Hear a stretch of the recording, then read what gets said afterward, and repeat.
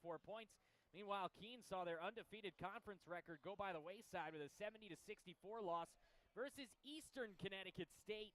Ty Nichols recorded a double-double with 16 points and 12 boards in the loss.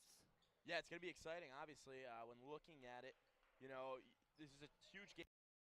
We talked about it. Their consistency has definitely lacked. And coming out today, you know, this is a huge game against a very good Keene State team. The last time they played them, they were down 13-1. 13-1. We're having some technical difficulties going on. I don't know if you guys can hear me or not. Yeah, and as you mentioned, Steve, the Beacons have struggled to find consistency this season. They've lost 3 of their last 5 games. And on the opposite end, Keene had an impressive start to 2018, defeating conference opponents RIC and Western Connecticut State by double digits. They trounced Dartmouth by 51 points last week on the eve of this game, so the Beacons are going to have their hands full against a very game Keene State squad. A very good Keene State squad, and looking at the team, I mean, it's not a very tall, large, big-bodied team. I mean, usually in the Little East, I mean, looking at some of the teams, when you look at Eastern Connecticut, you look at Rick, you know, you have mostly a lot taller teams, guys coming in at 6'11", 6'10", but the Beacons match up pretty well with some of these guys against Keene State, and the Beacons aren't the biggest team, so this might be a run-and-gun type of game. Let's take a look at the all-time series matchup between these two rivals. And just like the women's team over history, Keene State has dominated the Beacons 38-13. The last Beacons win came over 2 years ago, back on December 12, 2015, a 77-70 triumph for UMass Boston. Last time out, a month and a half ago, Keene State won by 40, 85-45. The Beacons shot their second worst field goal percentage of the year, under 40 or almost under 30% at 30.9. So something's going to have to change if the Beacons are going to keep this close. It's something to look at that game. I mean, Keene State came out with a 14-1 start. I mean, you can't win many ball games when you have a slow start like that. So today, I'm sure Coach Harris is talking about it in the locker room, that they have to come out with some intensity. You know, this is when you start coming into a rhythm. With winter sports, it's tough because you have kind of 2 breaks with Christmas. You have Thanksgiving break, and then you have New Year's, you know, and this is the time of the year, you know, you're getting back into classes, you're going to start playing every weekend, and it's an important thing to get in a groove. Absolutely. The Beacons are led by a quartet of freshmen on this squad. Beacons are led in scoring by freshman guard Charles Mitchell with 15.6 points per game, but our player to watch today is fellow freshman number 22, Michael Boyd, and Michael's 12.7 points per game ranks second on the squad, critical to the Beacons' success. In his last 4 games, he's upped that ante to 18.5 points per game, double digits in each of those last 4 affairs. He's tied for second in the LEC with a 41% three-point percentage, and in the win on Wednesday at Dartmouth in 35 minutes, he contributed 24 points, 3 rebounds, and 2 assists, so he's going to be key to the Beacons getting a win today. Yeah, when he's on fire, that just frees up everything else. I mean, when you have guys like Charles and Charlie Mitchell that can also take the ball, but he was such a good shooter, and he's also like a point guard. He was running point guard when they didn't have Charles Mitchell due to injury, and you know, he can facilitate the floor, but when he is just purely shooting, great player. Take a look at Keene State's coached by Ryan Keene in his second season at the helm. Keene led Keene to the Elite 8 last year. It says third season on our broadcast here. The press pass I have here says second season. Nonetheless, very young coach leading Keene to the 2016 LEC Tournament title, 53-26 overall. And also in his third season, UMass Boston's Jason Harris. What a job he's done with the Beacons over the last couple of years. After spending 7 years at LIU Brooklyn in D1, he has been outstanding after playing collegiately for Rhode Island College. Yeah, I mean, I've said it once on the broadcast, and I'll say it again. You know, Coach Harris has really turned this program around, and the culture of this program, he's really trying to build something. You know, it's only his second year, and you know, he's trying to get the recruiting class and stuff like that. And he talks about it on air when we interview him. You know, we're gonna have a little bit of inconsistency.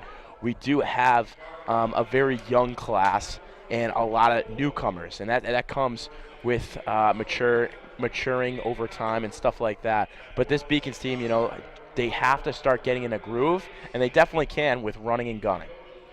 We'll see which way the pendulum swings over 40 minutes today. Let's start by looking at the starters. First for Keene State on your screen at the bottom.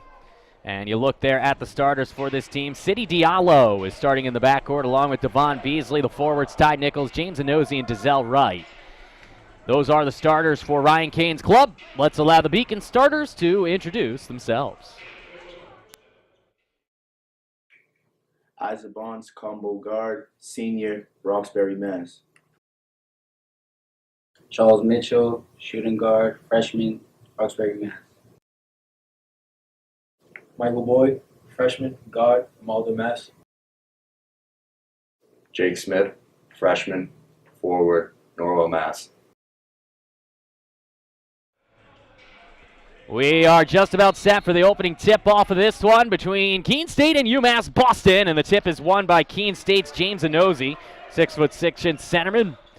And we are off from Clark Athletic Center along with Steve Witkowski. I am John Skudras. With possession now, City Diallo gets it down low, driving and turning it, almost turning it over, but Diallo's able to save it after a nice play there by Charles Mitchell to knock it away. Yeah, and an individual to kind of watch today is Jake Smith down low, number 35. Doesn't get many starts, and obviously the Beacons are going big today, and the progression of him as a freshman has really been enjoyable to watch. A couple early misses for the Owls on their first possession. Michael Boyd, the point guard, here to start the game. Icer Barnes on the far side hands things off to Dan Powers, one of the elder statesmen on this club. Feels like Powers has been a Beacon for so long. The senior hands it off and watches Barnes drive and miss off front iron. Coming back the other way now with possession. That was Devon Beasley. Now here is Ty Nichols coming down low to James Inozie. Inozie D'd up by the aforementioned Smith. Back out to the top of three-point line for Beasley to drive. Hands it off to Inozie, who delivers. It's 2-0 Owls. Yeah, and you mentioned Powers. Obviously, he didn't play in the fall, obviously, because he only had one semester to play left. He redshirted and got back on the team, so it's really nice to see him out there, obviously as a super senior, and that's a great help for the Beacons. Pull-up jumpers off the mark. The shot there from Charles Mitchell. Beacons see the Owls coming back the other way. With it is Dazelle Wright. Wright gets a bit of a screen, sends it far side. Diallo tries to dribble drive down the baseline. Is kicked out of bounds there by Mitchell.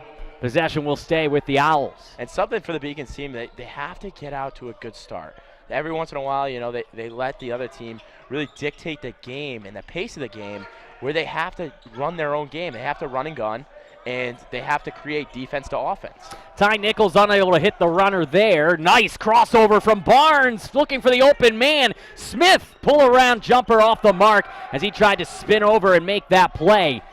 And unable to do so, is coming the other way, is Diallo. Diallo D'd up, hands it off now to Wright.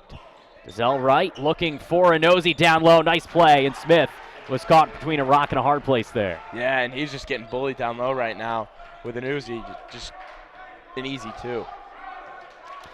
With possession now, Beacons' Michael Boyd hands it off to Barnes. Barnes down low for Smith. Jake with Inozie on him, hands it off to Barnes at the top of the three-point line, driving, tries to go right back out to Mitchell. This will be a backcourt unless it's stolen, and it is. Diallo, nice hesitation move, and the foul as the Owls fly early. It's 6-0 and a chance for a seventh on the free throw. Yeah, and this is exactly what you don't want to see as a Beacons fan. Nothing really going offensively, but they also can't stop Keene State right now. City Diallo with a beautiful play there on the hesitation move around Charles Mitchell, picks up his first free throws for the Owls as Diallo connects. It's 7-0 Keene State, and a timeout for UMass Boston. We will go to a commercial break here on the Beacons Broadcasting Network. The score, the Owls 7, the Beacons 0. Paris changed my life, and I got there through UMass. Those very specific seminal moments in Paris, the subway.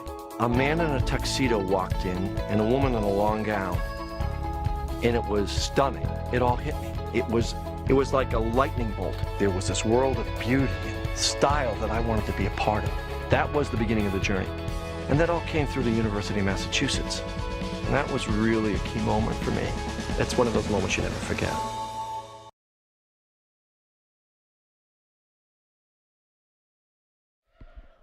Out of the timeout, Beacons with possession, trailing 7-0. Dason Sinelli not suited up today. Waiting on word from Seth Orensky as to why. As Powers pulls up from long distance and hits it for UMass Boston, and the Beacons are on the board. And who else? Dan Powers, one of the best sharpshooters the Beacons have seen over the last 3 years. Now here coming the other way, Keene State, after the Beacons get on the board. It's 7-3. Dizelle Wright. Nice crossover move. Loft up with the right hand off the mark. Charles Mitchell with the rebound, and the Beacons streaking the other way. Powers, quick pass, far side, pull-up jumper from beyond the arc is off the mark from Boyd. That one coming out of bounds off of Iser Barnes. And possession to the Owls of Keene State. And we talked about in the women's game, I mean, having so many weapons on the court frees up other individuals for open shots, obviously. But, you know, having Dan Powers back on the floor, he's a pure shooter from behind the arc. So having him back on the floor kind of frees up Boyd's shot. And I wouldn't be surprised if his numbers per game go up. 6'3", Kevin Lewis-Jean is in for Smith, and Anuzi can't handle that pass. It came off of Anuzi, and somehow they're saying it's Keene State basketball. I guess they think that it did make contact with Charles Mitchell. I'm not so sure with 16:29 to go in the first half. Yeah, it's great to see Charles back. He was injury. Charlie was injured, so good to see him back for the Beacons team. And really, like I said, they got to get in a groove, and this would be a great game to start it off with. Ty Nichols delivered on that basket for Keene State. Pull-up jumper from Boyd is there, right on the lip of the key. And inside the semicircle as the deficit is now down to 4.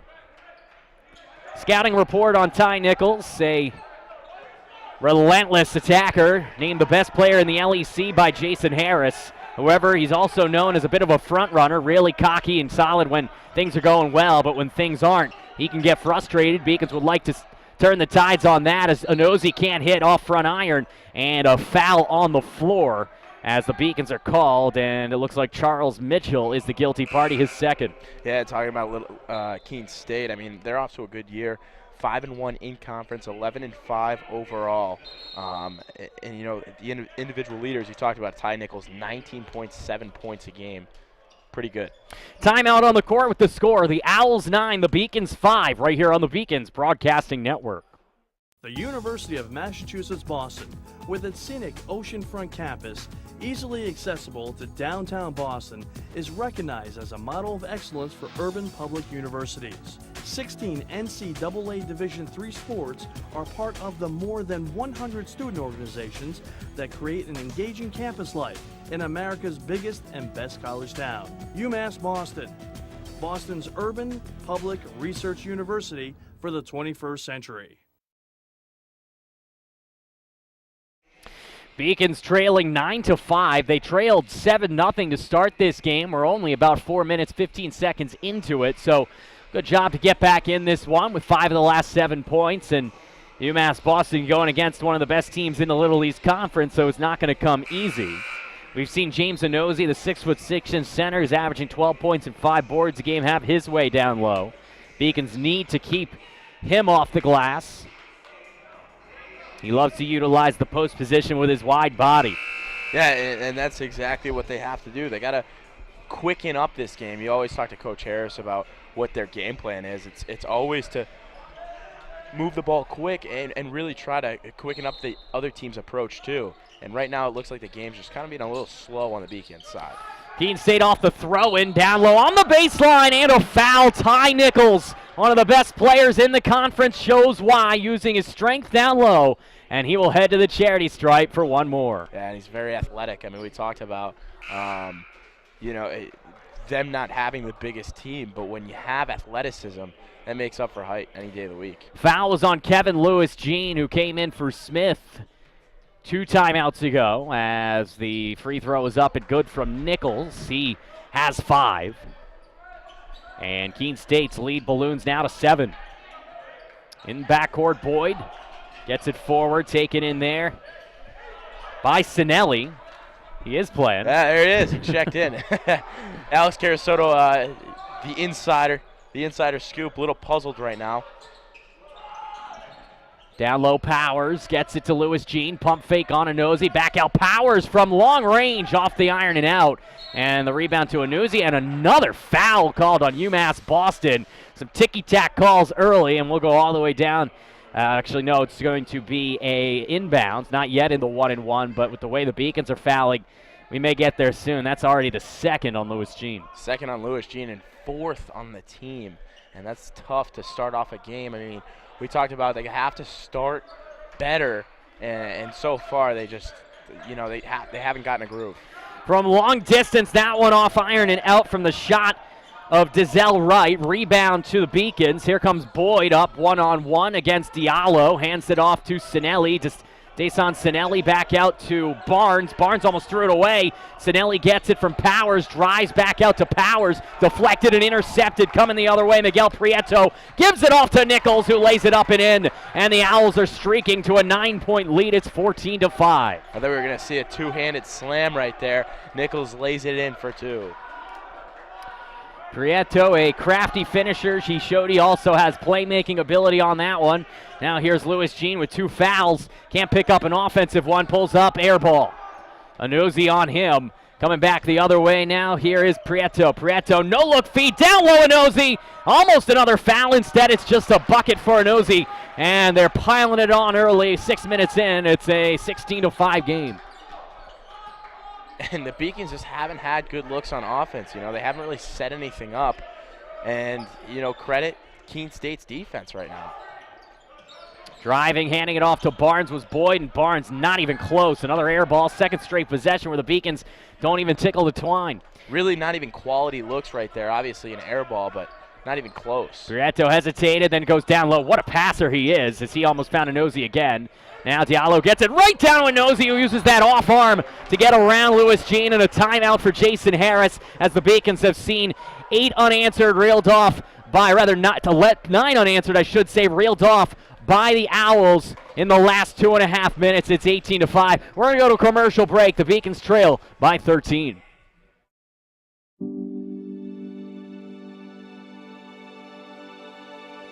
What separates UMass Boston from other schools is the fact that a large percentage of students commute.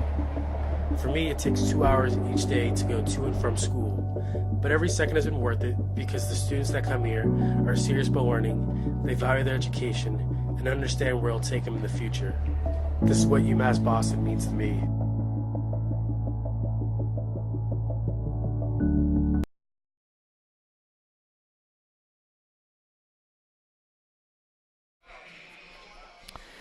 Back out of the TV timeout. It's a 18-5 game. 13:34 to go, first half of play. Beacons struggling in every facet so far early. Still plenty of time.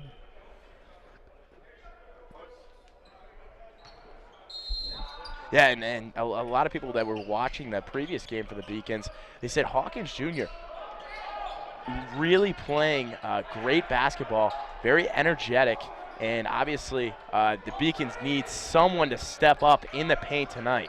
Hawkins Jr. wearing number 0, one of the few seniors on the squad at 6'4", 210 pounds. Instead, driving is Boyd, and getting the friendly roll is Michael Boyd, as the Beacons are back on the board for the first time in a few minutes. It's 18-7.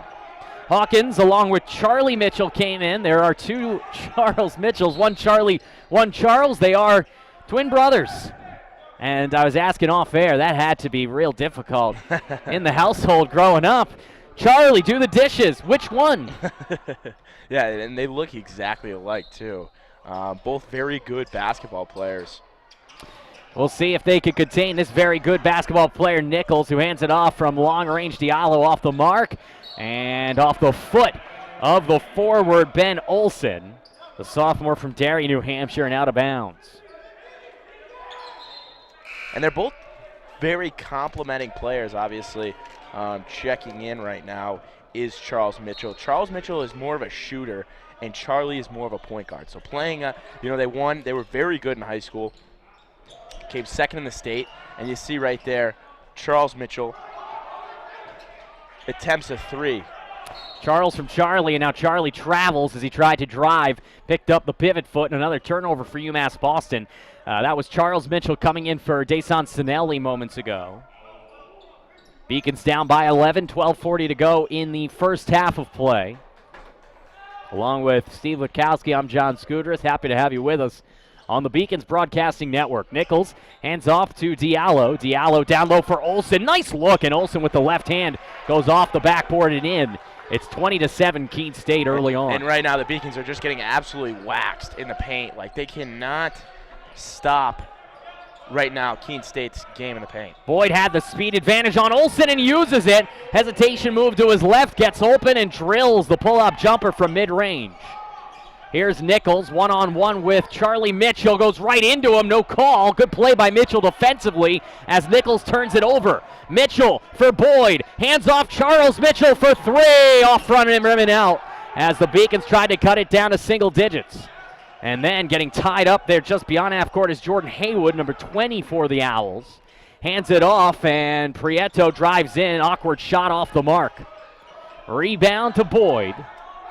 As the Beacons move forward, Charlie Mitchell looking for some help, hands it off to Boyd. Boyd for Dan Powers. Powers with the right hand dribbles in, hands it off. Hawkins pull-up jumper off the mark, rebound to Nichols, and he'll take it up himself. And someone's got to step up for this Beacons team. No one's really contributing on the offensive half. I mean, they've only got 9 points, but they got to start scoring somehow, some way. That comes out of bounds off Charlie Mitchell, and we will have a substitution and another timeout. We'll go to a break here on the Beacons Broadcasting Network. The score, the Owls of Keene State 20, the Beacons 9 here on the Beacons Broadcasting Network.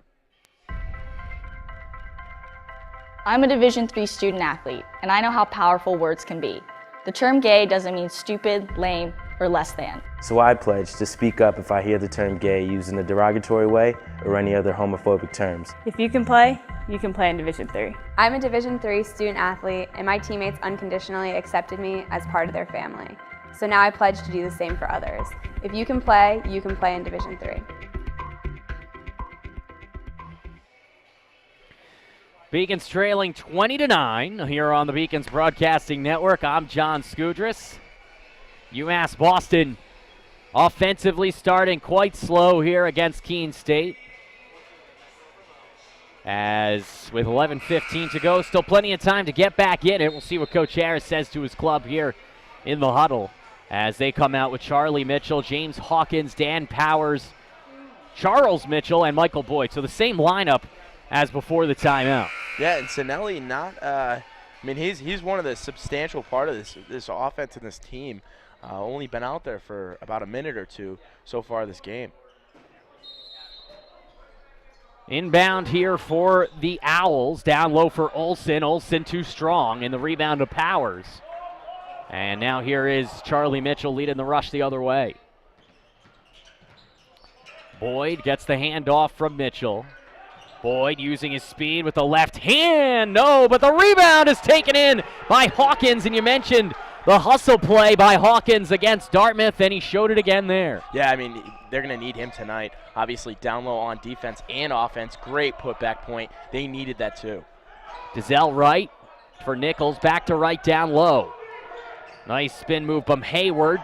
Can't hit it. Rebound to Olsen, and Olsen puts it up and in. The offensive rebound killing the Beacons so far. Offensive rebounds for Keene State. I mean, that's one of the reasons why they're up 11 at this point. Mitchell gets it from his brother, hands it off to Powers. Powers back to Charlie. Charlie gets a screen. He shoots it from long range, off rim and out. Powers ripped it out of the hands of Haywood, but it came right out of bounds. And it will be a Owl inbound. And the Beacons just not taking quality shots right now. It looks like they don't have much spacing on most of their three balls. I mean, right there, had a hand in his face. Iser Barnes took one earlier, had a hand in his face. With possession, Olsen. Olsen, nice look for Haywood, but he was double teamed down on the court. This should be a jump ball. It is, and it looks like Keene State will turn it over. The Beacons should get possession here. So UMass Boston takes over down by 11. And Charlie Mitchell, the point guard, bringing it up. Powers hands off to Charles Mitchell. Mitchell gets a screen from Hawkins. Back to Boyd. Boyd double teamed at the semicircle. Powers back to Boyd, and from long range, Michael Boyd delivers, and the Beacons cut it to single digits. It's 22-14. And they're starting to find their groove and rhythm offensively. Obviously, Boyd puts one in the basket. That's a huge three.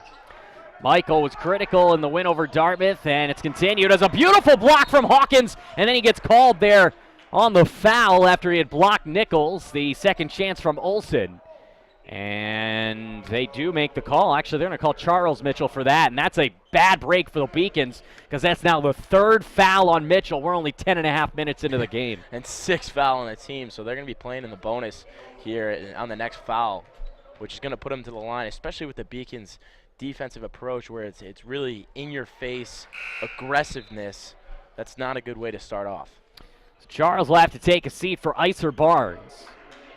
Substitutions abound for the Owls as well. Devon Beasley in there. And this game is being played at a slower pace. I mean, when you look at Keene State College, their scoring offense points per game is 78.6. Obviously early still, but 10 minutes in, they only have 23 points. So off the free throws, Beacons down just 9. Somehow the Beacons are only down 9. Boyd will try to cut it to 6 off the rim and out. Rebound, Barnes hustling and getting there, and he dishes it back out to Charlie Mitchell. Good hustle play from Icer Barnes. Mitchell driving all the way in, draws the foul and bucket. And UMass Boston with a chance to trim the deficit down to 6 with 9:05 to go first half action. And that's huge. I mean, you need someone that's going to take it to the rack. I mean, Alex Sanchez hurt with his knee, hasn't played all year. You know, they need someone to really take initiative and take it to the rack and get those points. Free throw is off the mark, but it comes out of bounds almost by Nichols, who turns it over to Powers, hands it off to Charlie, who gets it. And UMass Boston with an enormous run, down just 5 points suddenly with 8:52 to go. As the Beacons put the pressure on, the crowd may start to get to their feet, still a bit muted here at Clark Athletic Center as Keene State has possession. Nichols teed up by Boyd. Crossover move. Try to go down low and Nosey, and he's rejected by Hawkins, who comes up big against the Nosey, and then Powers turns it over. That's an offensive foul on Keene State, as getting in the way is Hawkins, continuing to play well in first half action. And this place has erupted. It was a little quiet, you know, the Saturday Blues, but everyone is up clapping.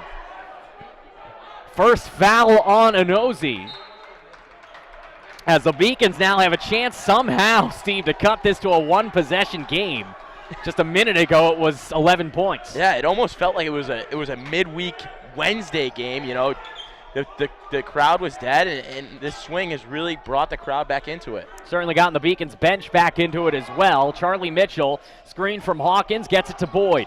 9 on the shot clock. Boyd driving, going up against Enosi, and he gets it off the rim and in. UMass Boston, what a run it is, as they have gone 8-0 and are now only down by 3, and a timeout by Keene State as Nichols and Ryan Kane, the head coach, are fuming at how things have quickly evaporated here from Clark Athletic Center. We're going to go to a timeout. When we come back, this half has just gotten interesting. It's a 3-point game. Keene State on top, 23-20. I did receive a non-athletic scholarship upon entering school. I got the presidential scholarship, which was huge for me. I think there's more opportunities for academic scholarships in Division III. I did receive academic scholarships. Just being involved on campus, being a leader, all those things combined kind of get me recognized. It's a great experience for me.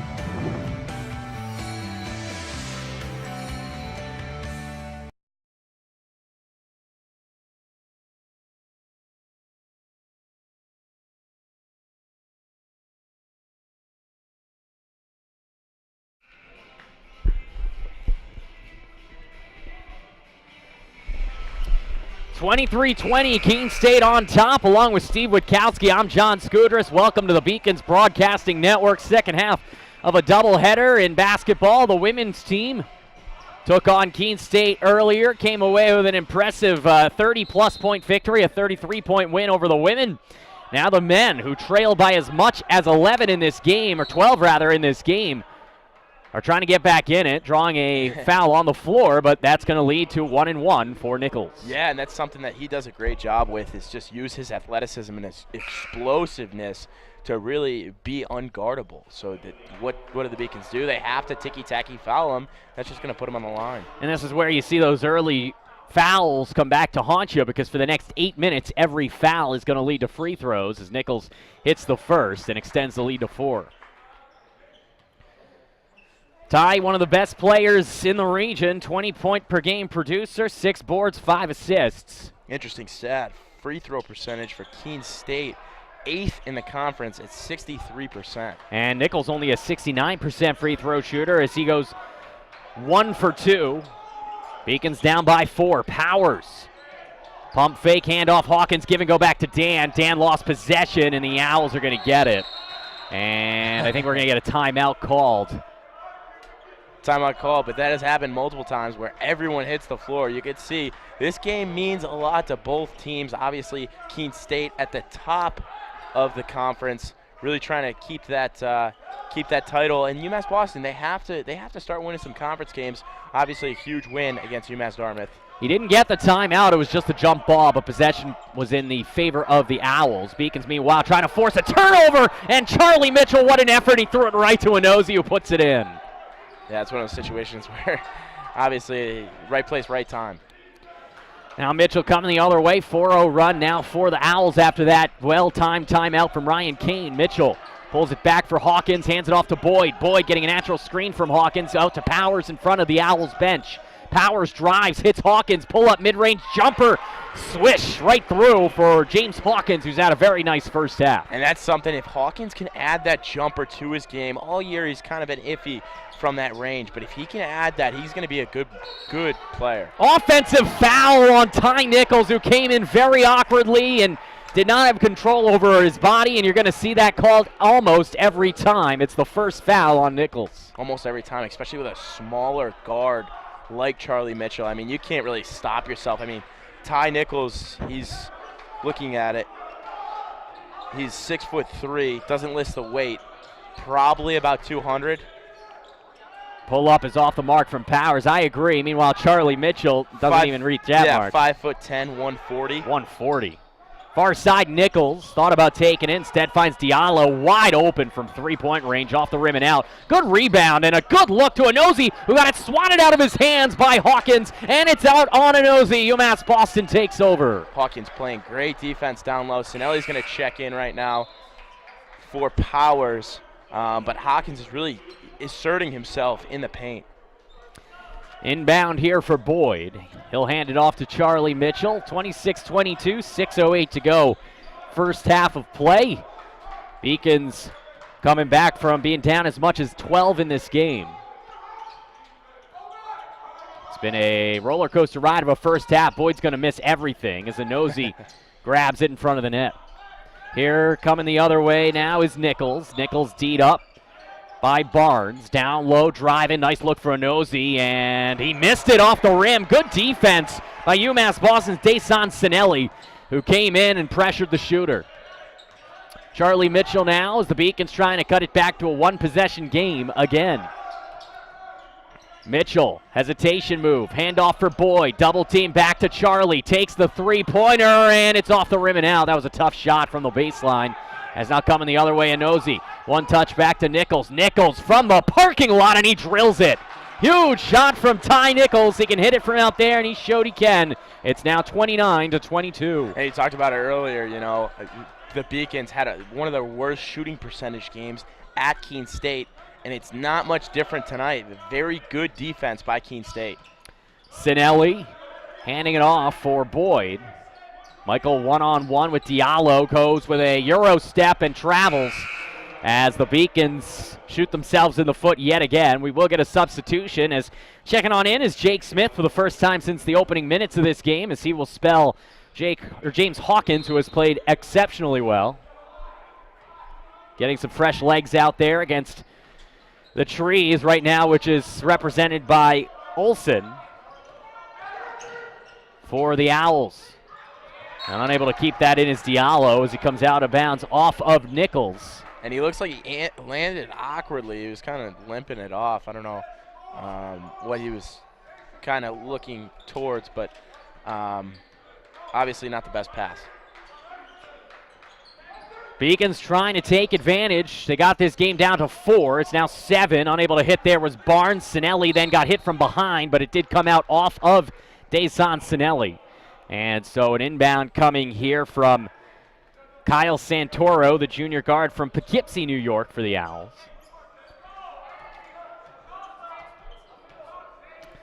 Nichols running the show offensively. And it's intercepted on a play by Mitchell. Stretching it for Barnes. That was a dangerous play. Beacons should keep it, as it did come out off of Diallo, but a dangerous pass from Mitchell intended for Iser. Beacons keep it down 7. 4:13 to go first half of play, and a substitution for the Owls. Powers also wants to come on in. He will. Powers will spell Barnes. Coming on in is Haywood for Nichols. So the Beacons see if they can take advantage of not having Ty Nichols out there. Off the inbounds, Charlie Mitchell. Charlie dishes for Powers, wants the 3, can't hit it. Rebound, Sinelli skying above the trees down low to make a beautiful offensive board. Boyd for Smith. Powers gets a screen in the form of Jake Smith, then hands it right back off. Boyd back to Powers, driving through the lane. That's an offensive. No, they're going to call a blocking foul on Haywood. And a break there for Powers as a dangerous drive, but he will head to the charity strike.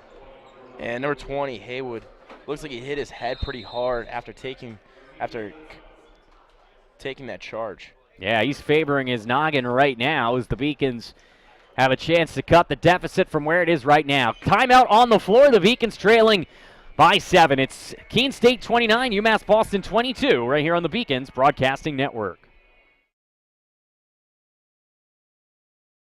UMass Boston was my first choice because when I came to the campus, I saw that there was a lot of diversity. There's a lot of people. Here there's a lot of international students, so it's really cool to meet people from different countries, different parts of the world. I'm Julia Murphy. I'm from Canton, Massachusetts. I'm Olivia Murphy. I'm from Canton, Massachusetts. We're sisters. We're sisters. I play volleyball and she plays basketball. Here they have a freshman success community. So each major has their own community that you can join as a freshman, and you take classes with them, you do study groups with them. So it was really helpful getting to know people in your major right away. So in health exercise sciences, we have an internship at the end, where it's so much better to have like an advisor helping you out, like telling you which classes to choose. Welcome back to the Beacons Broadcasting Network. We're not back out of timeout as Keene State's Jordan Hayward, a freshman from Spring Valley, New York, is still down underneath the basket after taking what he hoped would be a charge, but getting called for the blocking foul down low. Now head coach Ryan Kane's going to head over to see how Hayward's doing. He's had a trainer monitoring his head here for the last couple of minutes and still has yet to move. He's moving his upper body. It's not anything like that. It's just potential head injury, concussions. They always want to be cautious as UMass Boston and Keene State continue to battle in the first half. But, Steve, in the first half of play, we've seen a whole lot here. We saw Keene State dominate to get out to a double-digit lead early. Then a well-timed timeout from Jason Harris. The Beacons battled back, cut it down to 3. And from where we are right now, anything can happen. Still 24 minutes left in this game. Beacons only down 7.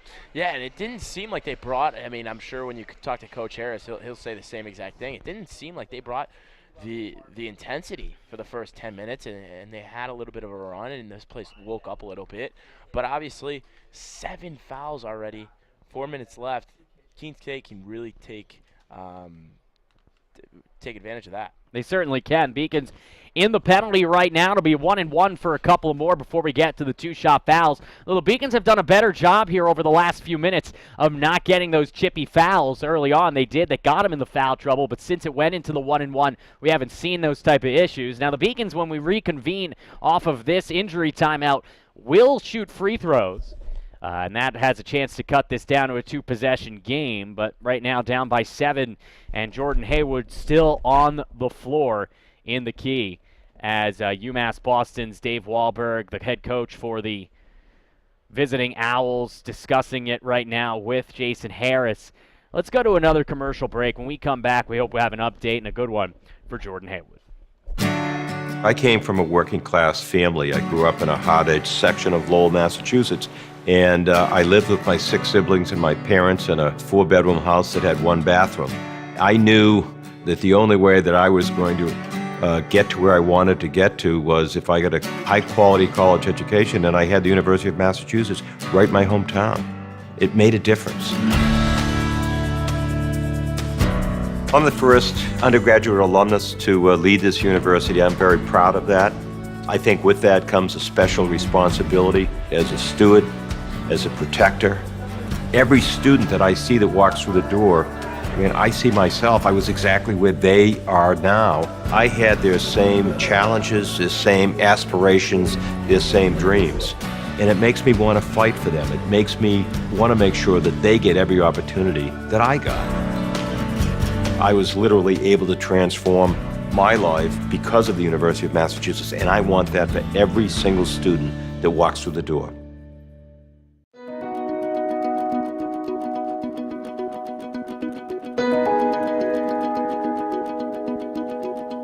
We want to do theater that is responsible. We want to do music that is evocative and elevates us. We want to do dance that reflects urban movement and connection. I've been a practicing designer for the last 30 years. My specialty is costumes. This space is fantastic. This is our recital hall, and it's so outstanding that many people compare it to the symphony hall because the quality of sound is like nothing in town. And there is the painting studio, the sculpture studio, the digital studio. The type of students that we're getting, they're more competitive. They're looking for these kind of facilities. They look at other private colleges, but then decide to come here. Boston is filled with regional theaters, so our students can actually apply what they're learning and build a portfolio. And it's so great to see their names on the programs, and people may not know they're from UMass Boston, but eventually as they graduate and they begin to get professional jobs and you see their bios, that's going to be UMass Boston. It's going to be the stamp all over. UMass Boston represents what true liberal arts is about. In my class, you have students who are psychologists, business, chemistry. The final goal is that we have well-rounded global citizens graduating from UMass Boston.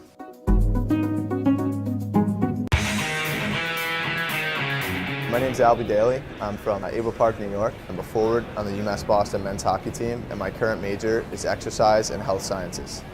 Being a member of the men's hockey team is a tremendous honor just because being able to play collegiate sport while pursuing my dreams of becoming a physical therapist and studying what I'd like to in school means a lot.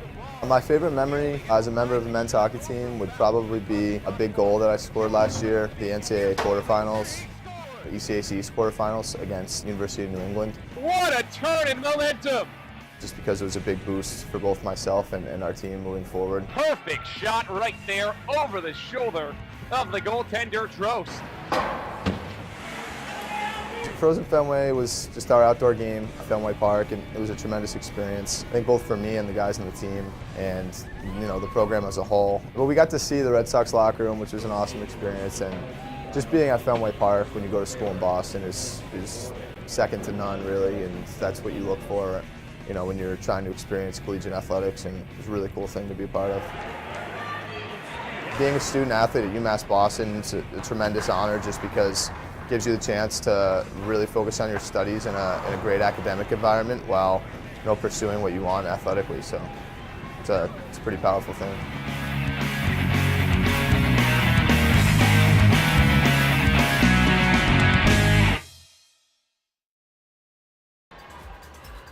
I'm Alexa Capion. I'm from Messina, New York. I'm a junior on the women's ice hockey team, and I'm an exercise health science major. But when I got here, I met Coach Harris, and I saw the facility, and I met a couple of the girls on the team, and I pretty much got a feel of the program, and I knew right away that this is where I wanted to go to school. We have all league games for the rest of the year, so that's going to be a huge test for us. We need those points to hopefully come out with a good standing for playoffs. A couple of highlights from the last couple of years that I've been playing was probably last year when we won our first Codfish Bowl. We made history that year. I was really excited to be part of that. I don't have very many goals, but when I do score, it's definitely a big deal. That's a goal! For the past 3 years, we've had Emily. She is a member of the Team Impact program, and that's for children with illnesses that want to be part of a collegiate program. She's great. She comes and watches all of our games. She has her own jersey. She has her own stick. We've got her all this equipment. It's really awesome to have. She gives us a lot of motivation, and she comes in the locker room and talks to us before games, and it's really cool to have her here and be part of our team. When I graduate, I definitely want to go to graduate school, most likely for either athletic training or physical therapy. Our trainers here have definitely given me an insight about what it takes to be an athletic trainer. They're always on top of everything. They always know how to help us and what to do and what not to do. They're always there for us when we need them, and that's given me a lot of help with what I could be doing after I graduate, so that's nice to have them. Psychology is about understanding the individual and understanding the mind and understanding how it affects others. The main reason why I want to combine psychology and business degrees is because I want to understand the business decisions that are made. I'm Nurçin Çelebi. I'm from Turkey originally. I'm a senior at the 5-year BA to MBA program at UMass Boston. Right now I'm doing an internship, so I will be starting to get experience in the field, and on top of that, getting an MBA and adding that business edge to my psychology degree. I think in management, the biggest mistake you can make is to not listen. So I want to be able to step into a company and say, here's what you're doing now, and here's how you can improve it in order to get the best out of your people, and in order to actually have people coming in here with passion. I moved here when I was 16 for high school. Moving from Turkey, it was a rough journey for me because when you don't really speak the language that well, and when you don't really fit in the crowd, it's very easy to disappear. But I decided not to give up, and UMass helped me. It was really a blessing for me to come to UMass Boston because it helped me really grow and show me that I can do things on my own. I wanted to be able to improve myself. I wanted to be able to try new things, and I think UMass gave me a really good head start on that. I'm Elizabeth Glavin, sophomore business management major from Edina, Minnesota. I love being a part of this volleyball team. Volleyball is what brought me to UMass Boston. I looked at our recruiting website one last time and saw UMass Boston on it, came out for a visit the next week, and it kind of hit all the boxes that I was looking for. In a good city, good academic school, good volleyball program, it had everything I wanted. Although it was far away from home, I knew this is where I wanted to be. Winning 6 back-to-back LEC titles is really a dynasty, I think, and Terry has really focused hard on recruiting and building this dynasty and continuing to build a program that can continue to win championships, and it's really lucky to be a part of something this great. Last year I was the Little East Conference Defensive Player of the Year, All-Conference second team, NCAA Regional MVP of the regional tournament, ABC All-Region Honorable Mention, and New England Women's Volleyball Association All-Rookie Team and Honorable Mention. I think my favorite game would have to be playing in the regional championship last year. We played against a really good Williams team, and I think that match, we started off a little shaky and lost the first set. We've lost in the whole playoff season, and I think that kind of shook us a little bit. We came back firing, and we're ready to go those next couple games. Our coaches are bringing in a lot of really strong girls who want to make a commitment and make an impact in this program, and I think that is why we're continuing to do well, and we'll continue to do well for the next few years. Being a student here has been really awesome as well. I've recently started taking more of my business classes and found that's a good choice and a good fit for me. And eventually I hope to open my own business and kind of be successful and do what I love at the end of the day.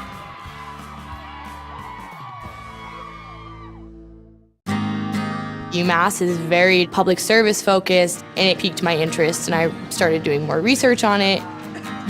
I'm very focused on what can I do to make the world around me a better place.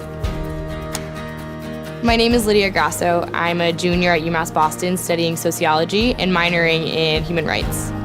What I want to do is I want to work with women and children transitioning out of sexual slavery in Southeast Asia and helping them to find jobs, find housing, provide counseling, just the things that we kind of take for granted.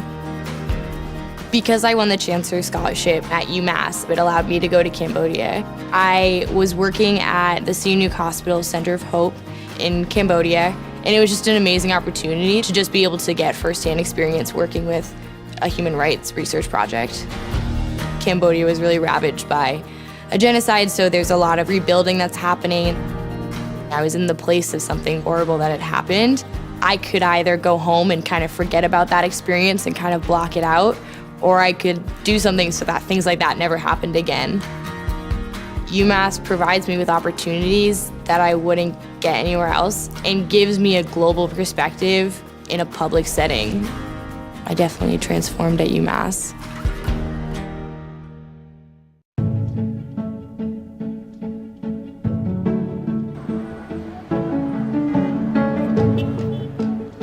UMass Boston is founded on a notion of impact. The Center for Peace, Democracy, and Development is a place where faculty and students can take a lot of the concepts and ideas that we are teaching in the classroom and take them into the field and actually make a difference. Beyond our work in Boston, we have projects in Nigeria, Israel, Palestine, Northern Ireland, South Africa, Ecuador, Colombia. Through our work in the field with a lot of important actors like the U.S. State Department, with the U.S. Agency for International Development, with the United Nations, I think we've gained a reputation as a place that can help a lot of these actors solve their problems and can get things done, and also that have a student body that they want to hire when they finish working with us. Nigeria may seem, it is, a world away from Boston, but many of the things that I've learned in dealing with Muslim-Christian peace efforts is tremendously relevant for situations here in Boston and other parts of the United States. Dealing with issues between police and youth, or police and immigrant communities, and that's a lot of what we do. Creating networks of relationships where people can work out their problems and can find better solutions than the ones that violence offers. Because in the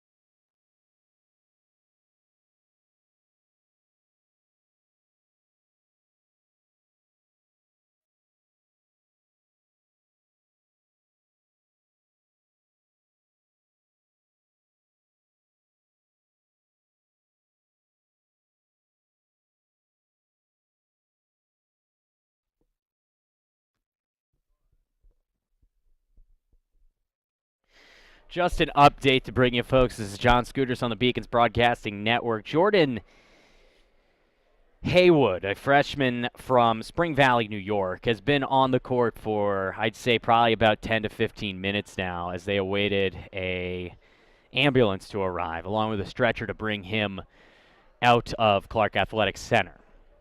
Jordan hit his head on the hardwood when he was attempting to draw a charge earlier on in this half, and he has been down for a duration of time. Now, it's possible, probably likely, that all this is precautionary, especially these days with young athletes and head injuries. The most important thing is precaution and making sure they do everything to prevent them from having any sort of further injury. But Jordan Hayward is now being lifted onto a stretcher and being taken, I would think, to a local medical facility. If we find anything else out for the duration of the broadcast, we will let you know. He is getting a round of applause from those in attendance as he is being put on the stretcher and being brought out of the facility to an ambulance to be taken to a local medical center. So Jordan Haywood showing spirit and gumption here in the first half. A couple of fantastic plays as he is headed off the court right now in the arms of the trainers, his coach, as well as any family members in attendance. So when we have any other information, we will let you know. We should be back in a few minutes' time for the remainder of the first half. The score remains 29-22 Keene State here on the Beacons Broadcasting Network.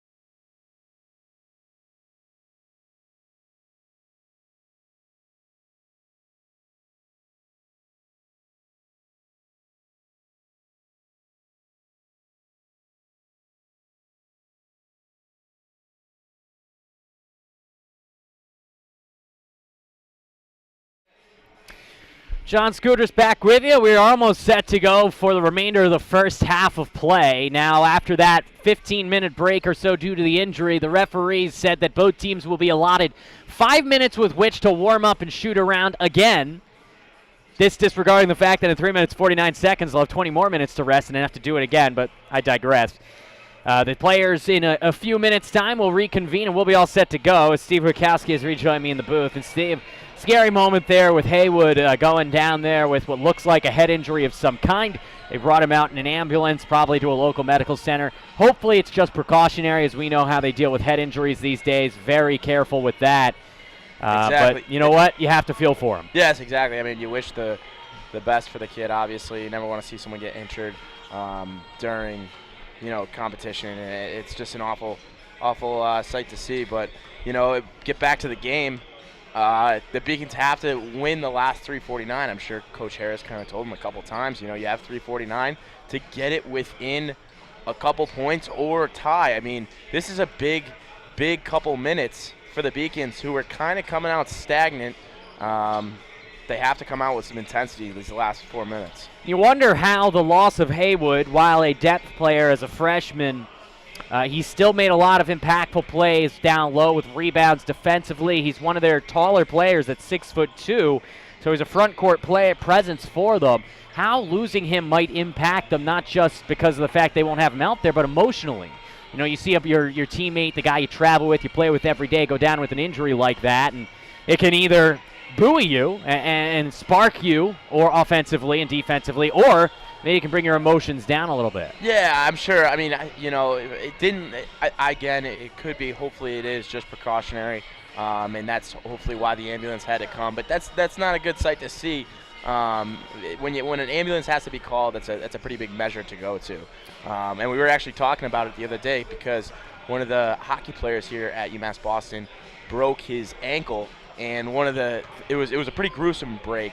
So one of the individuals on the team first go-to was call an ambulance because it was a captain's practice, and they had to call an ambulance and stuff like that. And an ambulance costs a lot of money. No one just goes to it, especially on the school's dollar. So it has to be pretty serious injury. So, wish the best for the kid. And, yeah, Keene State is probably going to be a little extra motivated. So UMass Boston has to match that intensity. As always, folks, keep up to date with Beacons Athletics by following us in all of our social media avenues, Facebook, Twitter, Instagram, and YouTube at UMass Beacons or at beaconsathletics.com.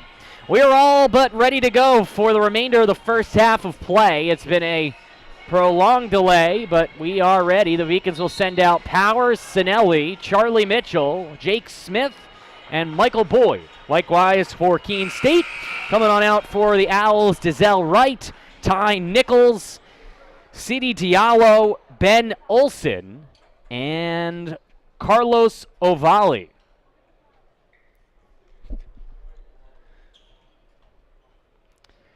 So if you remember, the injury that Haywood suffered was on an attempt to draw a charge. He got called for the blocking foul, so insult to literal injury. Now Powers will head to the charity stripe. Exactly, and the Beacons have to be better at the free throw. They're 7th in the conference, and Keene State is 8th.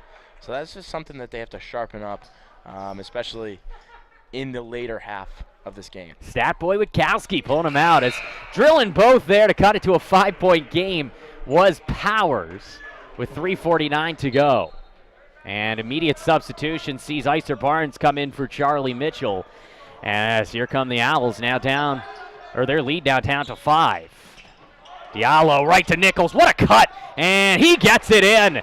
Oh, what a play from Nichols as he stopped on a dime and went back the other way. As easy as you'll see anyone do it. And this is a unique situation because they had 5, 6, 7 minutes off. It was the end of the quarter. I wonder if they're going to really play some fast-paced basketball here in the later 3 minutes. Hawkins hands it off to Sinelli. Sinelli drives, dishes for Powers. Powers from the free throw line, short on the jumper. Rebound to Nichols. Rush the other way. You said it. Ty hands it off, and a rejection underneath from Dason Sinelli as he sends Carlos Ovali's shot flying into the wall behind Clark Athletic Center. And, you know, it doesn't look like the Beacons are really trying to play this fast-paced basketball. It looks like they're trying to slow it down a little bit and not get those crazy numbers like Keene State has, where they're averaging 80 points a game. Dizelle Wright will head to the charity stripe after the foul by Powers, the 8th foul of the half for the Beacons, the first on Powers. And you said it, the Beacons don't have the speed that Keene State has, so you may be playing right into their hands if you're playing a fast break style of game, especially with Ty Nichols running the show at point guard. Yeah, he could do, you know, he could slow it down or take it back behind the three and really knock down some shots. He's a very versatile player. Mitchell takes a seat, or comes back in, I should say, for Hawkins. The second free throw's off the mark from Wright, and so the 8-point lead remains. 3:04 to go. Barnes takes it with the left hand, goes right into Nichols and out-muscles him as Nichols was sent flying backwards, and his lead is down to 6. And he's a player that can get hot. He's been there at scorer for the last couple of years. Not so much this year, averaging just a couple points a game, but you know, he's a pretty good basketball player himself. Ty Nichols comes right back offensively and shows where his forte is. And lead is back up to 8. Powers, pump fake on Diallo, back to Barnes. Barnes driving, Olsen on him, goes over, Olsen can't hit. Good defense from Ben Olsen, just standing in the way. Now Ovali to the far side, down low for Olsen. Olsen with the right arm, good layup off the mark. Here's Powers. Powers, hands off to Sinelli. Dason Sinelli driving through Olsen. Nice move from right to left hand in midair as he drills it. It's down to 6. Great take there by Sinelli. Obviously, a needed basket for the Beacons. With possession down low, Olsen almost lost it. Olsen back up top for Wright. Wright finds Carlos. Carlos driving with the left hand. Connects with Dizelle Wright. Wright driving to the key. Outside for Diallo. Diallo driving. Nice pullback. Ovali pump fake. Ooh, almost drew the foul. No call. And he misses. Rebound to Olsen, though. And then Olsen goes underneath for Nichols and an easy lay-in. Well, for Ty Nichols. Beacons had a chance there, but it is now back to 8 points. They've been unable to trim it here over the last couple of minutes, under 6. As driving his Powers, almost gets it taken away. Sinelli, Barnes, Mitchell for 3. Off front rim and out. Now here's Nichols, 2-on-2 the other way. Ty has an open man, finds him, and it is Diallo who misses off the backboard in the front of the rim. Rebound to Barnes. Referees' whistles have been silent here with a lot of little chippy hand checks here. Very physical as of late, yes. Far cry from the first couple of minutes, as there is 1 minute remaining here in the first half of play. Boyd, far side, Barnes for 3. Out off the front of the rim as Diallo gets the rebound. 2-for-1 opportunity if they hurry, and they do, as Nichols is off rim and out. Rebound to Mitchell. Mitchell and the Beacons will slow things up here. You know, I always hear broadcasters say 2-for-1 opportunity, you know. As a point guard, I mean, Nichols, you know, a veteran player, you think he took the early shot knowing that? I do. Yes. I mean, if you're a smart player, you know what the opportunity. Now, you don't want to take a stupid shot. Yeah. And you see that a lot from players as this comes out of bounds off of Sinelli. Bad turnover by the Beacons, but that was a good shot from Nichols. He missed it, but it's a shot he can make. Yes, and he has made it already today. We have a substitution, and the heart and soul here in the first half for the Beacons has been Hawkins. He's been great defensively as he re-enters for Charlie Mitchell. Of course, Charles Mitchell has not played in quite some time because he had 3 fouls with 9 minutes left in the first half. And that one comes right out of bounds off of Nichols. And so the Beacons have a chance now for the final shot, as coming back in is Charlie Mitchell for Hawkins. Yeah, and Charles, not having Charles on the floor, obviously that's tough just because of the fact that he's a great shooter. And they do need that offense pickup right now behind the arc, let alone the offense in general. Shot clock unplugged. Beacons can hold for the final shot. Here's Charlie Mitchell. Mitchell. D'd up by Diallo. Beacons looking to set a screen perhaps for Boyd. Can't get him open. He's D'd up smartly. 1 second left. Icer Barnes for 3 off the mark. And that's how the first half comes to a close. The score, the Keene State Owls 36, the UMass Boston Beacons 28, right here on the Beacons Broadcasting Network.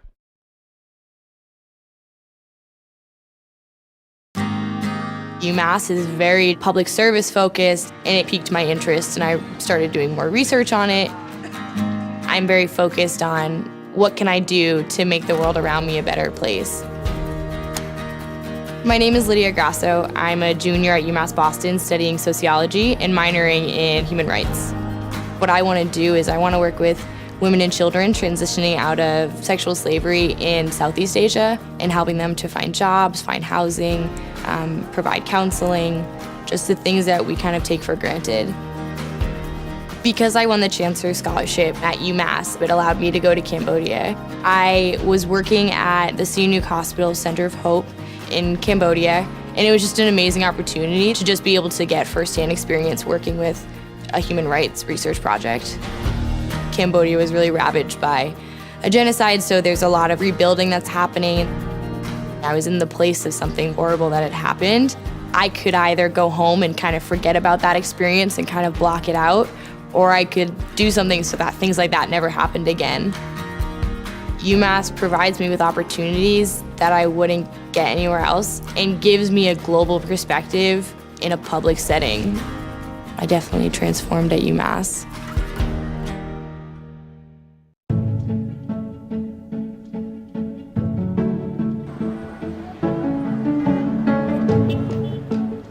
UMass Boston is founded on a notion of impact. The Center for Peace, Democracy, and Development is a place where faculty and... John Scooter's here with Coach Jason Harris for the Beacons. And Coach, early on you guys fell behind a lot early, much like the first game against these Keene State Owls, but you picked it up over the second half of that first half. What'd you like from your team over the last 10 minutes or so? Kind of like you said, like last game, they jumped out pretty similar, and we kind of just packed it in. This time we kept playing and showed a little bit more resilience, but you still only played probably 12 minutes of good basketball there, and that's why we're down 8. You guys got into some foul trouble early, especially Charles Mitchell got 3 fouls early. A couple of your bigs got a couple as well, and you guys were in the 1-and-1 about 10 minutes into this game. Is that something you guys have to shore up in the second half to avoid getting into further foul trouble? Nope, we're going to play physical, we're going to play aggressive.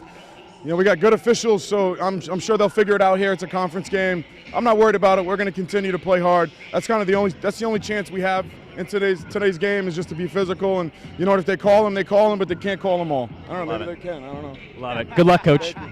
It's Coach Harris saying, you know what, we're going to play physical. That's Beacons basketball. We're going to get some fouls. They're going to let some go. We'll see what happens in the final 20 minutes of this one. We'll be back here on the halftime show with a review of the first half as well as stats and more right here on the Beacons Broadcasting Network.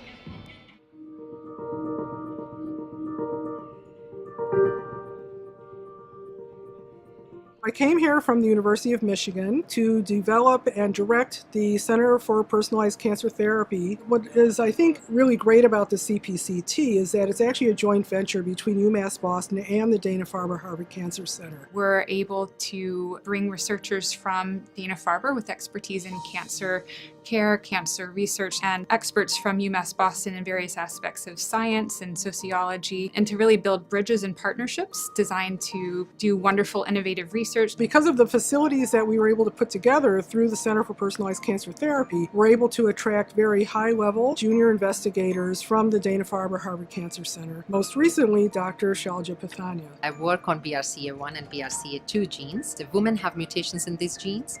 They have almost 80% chance of getting breast cancer. We now have, or will have for the first time, an insight into why these cells are becoming tumor cells. And having that information is critical in designing the preventive or even therapeutic strategies that can help reduce BRCA1 cancer or BRCA2 cancer. I have the right kind of collaborators around me. It's a perfect recipe to do some very innovative research that pushes the science further. For our project, there's no way we could do this work without the partnership of UMass Boston and the diversity that it brings and the expertise and community-based research. I think that UMass Boston has a little different position in developing the STEM pipeline than the private universities do. We started a program with UMass Boston called Set Sail for Success to help first-year students in the College of Nursing and Health Sciences. One of the aspects about partnering with UMass Boston that was especially important to us at Harvard Pilgrim is the fact that its student population that it educates and that it graduates stay in this area.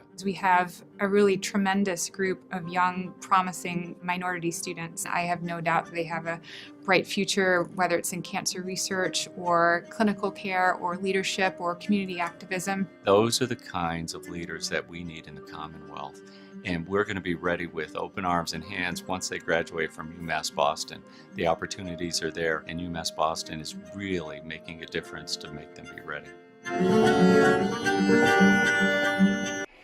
Welcome back to the Beacons Broadcasting Network. Along with Steve Witkowski, I am John Skudris. Got a good game so far. Beacons clinging to an 8-point deficit at halftime. We have a lot of action to go over from the first half as we take a look at the statistics from the first 20 minutes of play. Beacons getting outshot 44% to 34%. Neither team shooting very well from beyond the arc. Both are around 15%.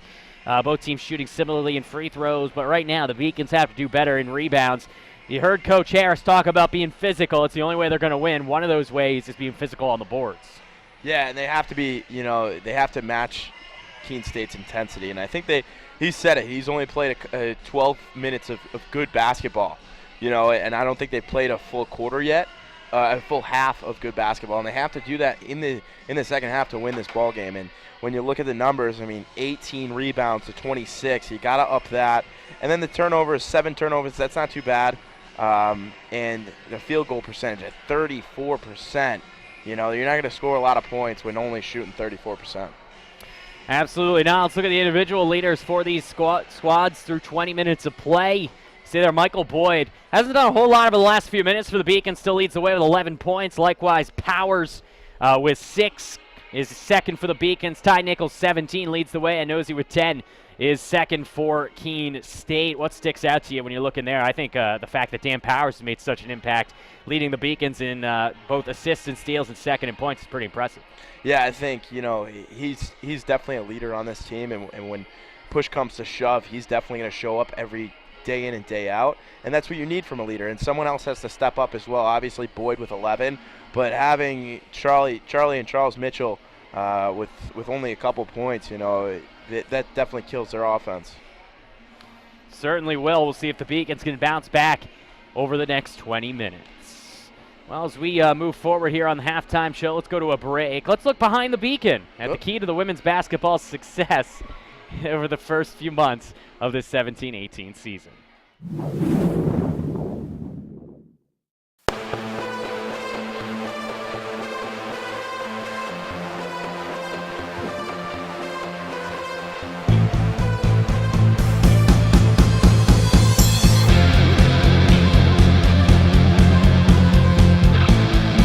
UMass Boston women's basketball is off to their best start in program history. The Beacons are 13-1 with a program record 12 straight wins. And what makes their success all that more surprising? The Beacons only have 3 returners and 14 new faces. Hi, and welcome back to Behind the Beacon. I'm your new host, Gigi Braga. This week, we caught up with head coach Christina Baugh and a few members of the team to diagnose their big turnaround. Yeah, obviously we brought in a couple pieces that have shown to learn how to play hard at this level, but the biggest thing was the character of our women's basketball team and how we represented ourselves in the classroom as well as in our community. And I think all of that is transpiring to how we represent UMass Boston women's basketball on the floor. In that first quarter of Coast Guard, I knew that it was going to be special. We hadn't practiced like that. So to come out and see us really, I guess our gamers showed up that game. It was kind of like, oh, well, this could be really, really special if we continue to learn what it means to play hard at this level, being so young. And really my seniors have set the tone, whether it's the classroom, managing my locker room, and getting in extra to show them, what it is to be a Beacon. I think for me and Katie, we just remember how last year felt and things that we didn't like and then things that we did like. So we try to focus on the things that we didn't like and kind of give them our perspective without bringing them to last year, but kind of teaching them what we want and what we're going to need in order to be successful this year. Honestly, just the way that we carry ourselves in the first probably 3 weeks of just practice, it just felt different, and you could just tell that people were dedicated to actually be here, and that's definitely a change for this program. So I think in just feeling that in the first few weeks, that definitely I knew that it was gonna be different. Like they've adjusted, especially like Joey and Megan. They both of them just were put in the game and just adjusted to the speed as soon as it happened. And I think seeing being a freshman and seeing other freshmen do that just gives every other freshman hope that they can do the same thing. They've been very helpful on and off the court, whether it comes to school or telling us how to do something on the court. So a lot of us have played together, and we have known each other for a while, so it's helpful having friends and people that we can go to with anything. I think it's just buying in, that second half. Our third quarter's probably been our best quarter, and just being willing to make the adjustment in game and listen to what coach is saying, and then just having each other's back flying around and having some key words that we focus on, and just having echoes on the bench and on the floor. We've made really good adjustments during timeouts with myself and my staff, and the kids have really bought in. Obviously winning helps that, but we make a couple small adjustments defensively, and when we lock in and do it, I think they end up winning games for us. I think you just continue to trust coach, and you just buy into the process, and you think of the bigger goal. There's so many people every night. There's going to be somebody's night, and when you think of the bigger picture, then you don't really worry about yourself too much. Every night a different kid is stepping up and showing the world what she can do, and showing our program how valuable she is. And that could be the last kid on the bench and how much she cheers, or a new freshman getting a look for 8 to 10 minutes and showing some numbers. So I think that makes us dangerous, that most people can only go 8, and I think we have a bench that we can go 12 to 13 kids. Being able to not just have 7 people, literally have 7 people that could even play in practice, and have to play against coaches or bring other people in, and actually having subs, and we can actually play 5-on-5 and get reps in actual game speed. That is a huge difference, especially for to be able to build our bench as well. It's not just game day that people can get experience; they can get experience in practice as well. Women's basketball will resume play on Saturday, January 13th, as they travel to Western Connecticut State University at 1 p.m. The Beacons will play 10 of their final 11 games against conference foes, including 2 meetings with in-state rivals UMass Dartmouth. I'm your host, Gigi Braga. Thanks for watching.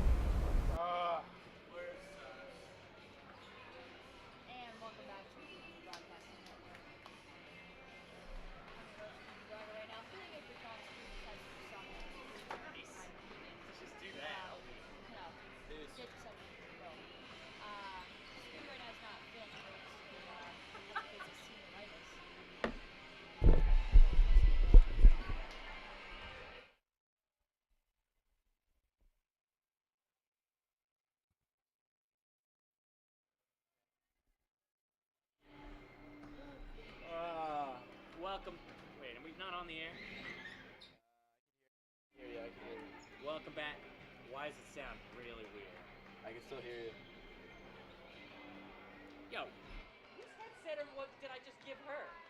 Whose headset is that? Yours. That's why.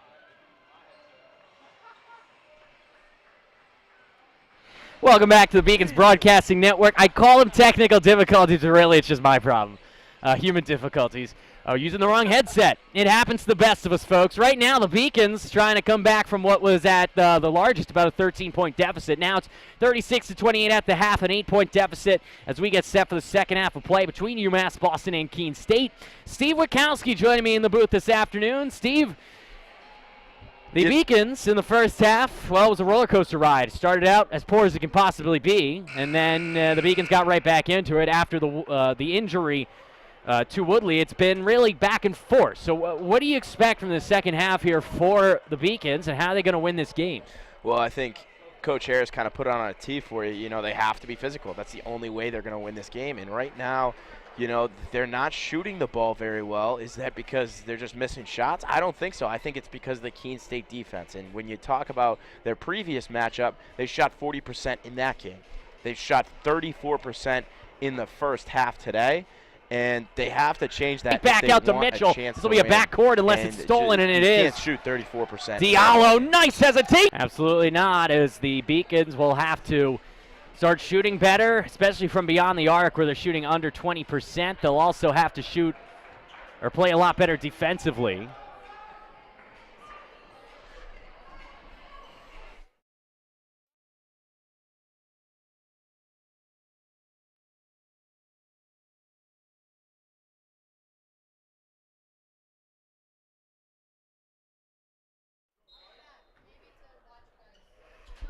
We are all set to go here for the second half of play. Inbounds to Michael Boyd.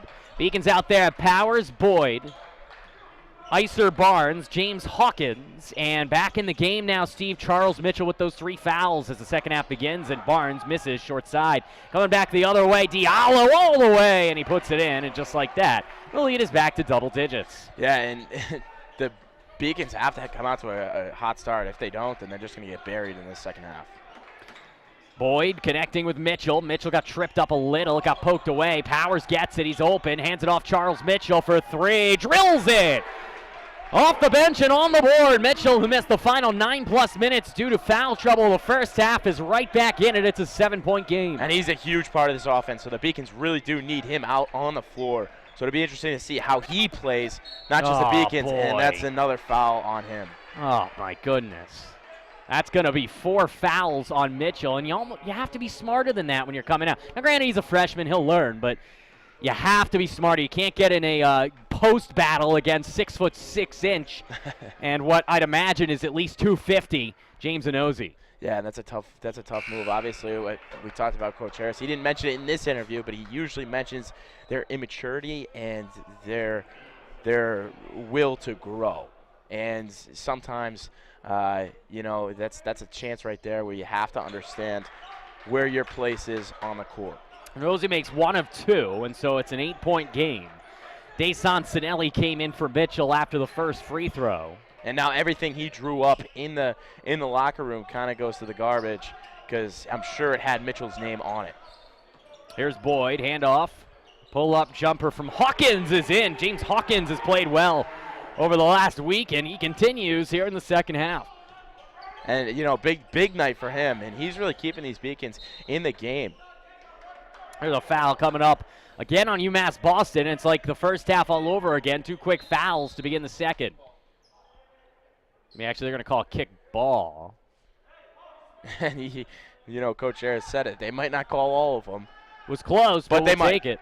The Beacons right now, helpful to only have the 1 foul, is 1 touch pass from Nichols down low. And just as I said it, they did not call a foul there either. Wow. And Coach Keene for the Owls has his arms up towards the heavens, wondering how Inozie wasn't swatted there. Well, you talked about it. At the end of the first half, there wasn't a lot of fouls called. There really wasn't. And it was in the first 10 minutes, it was like everything was getting called.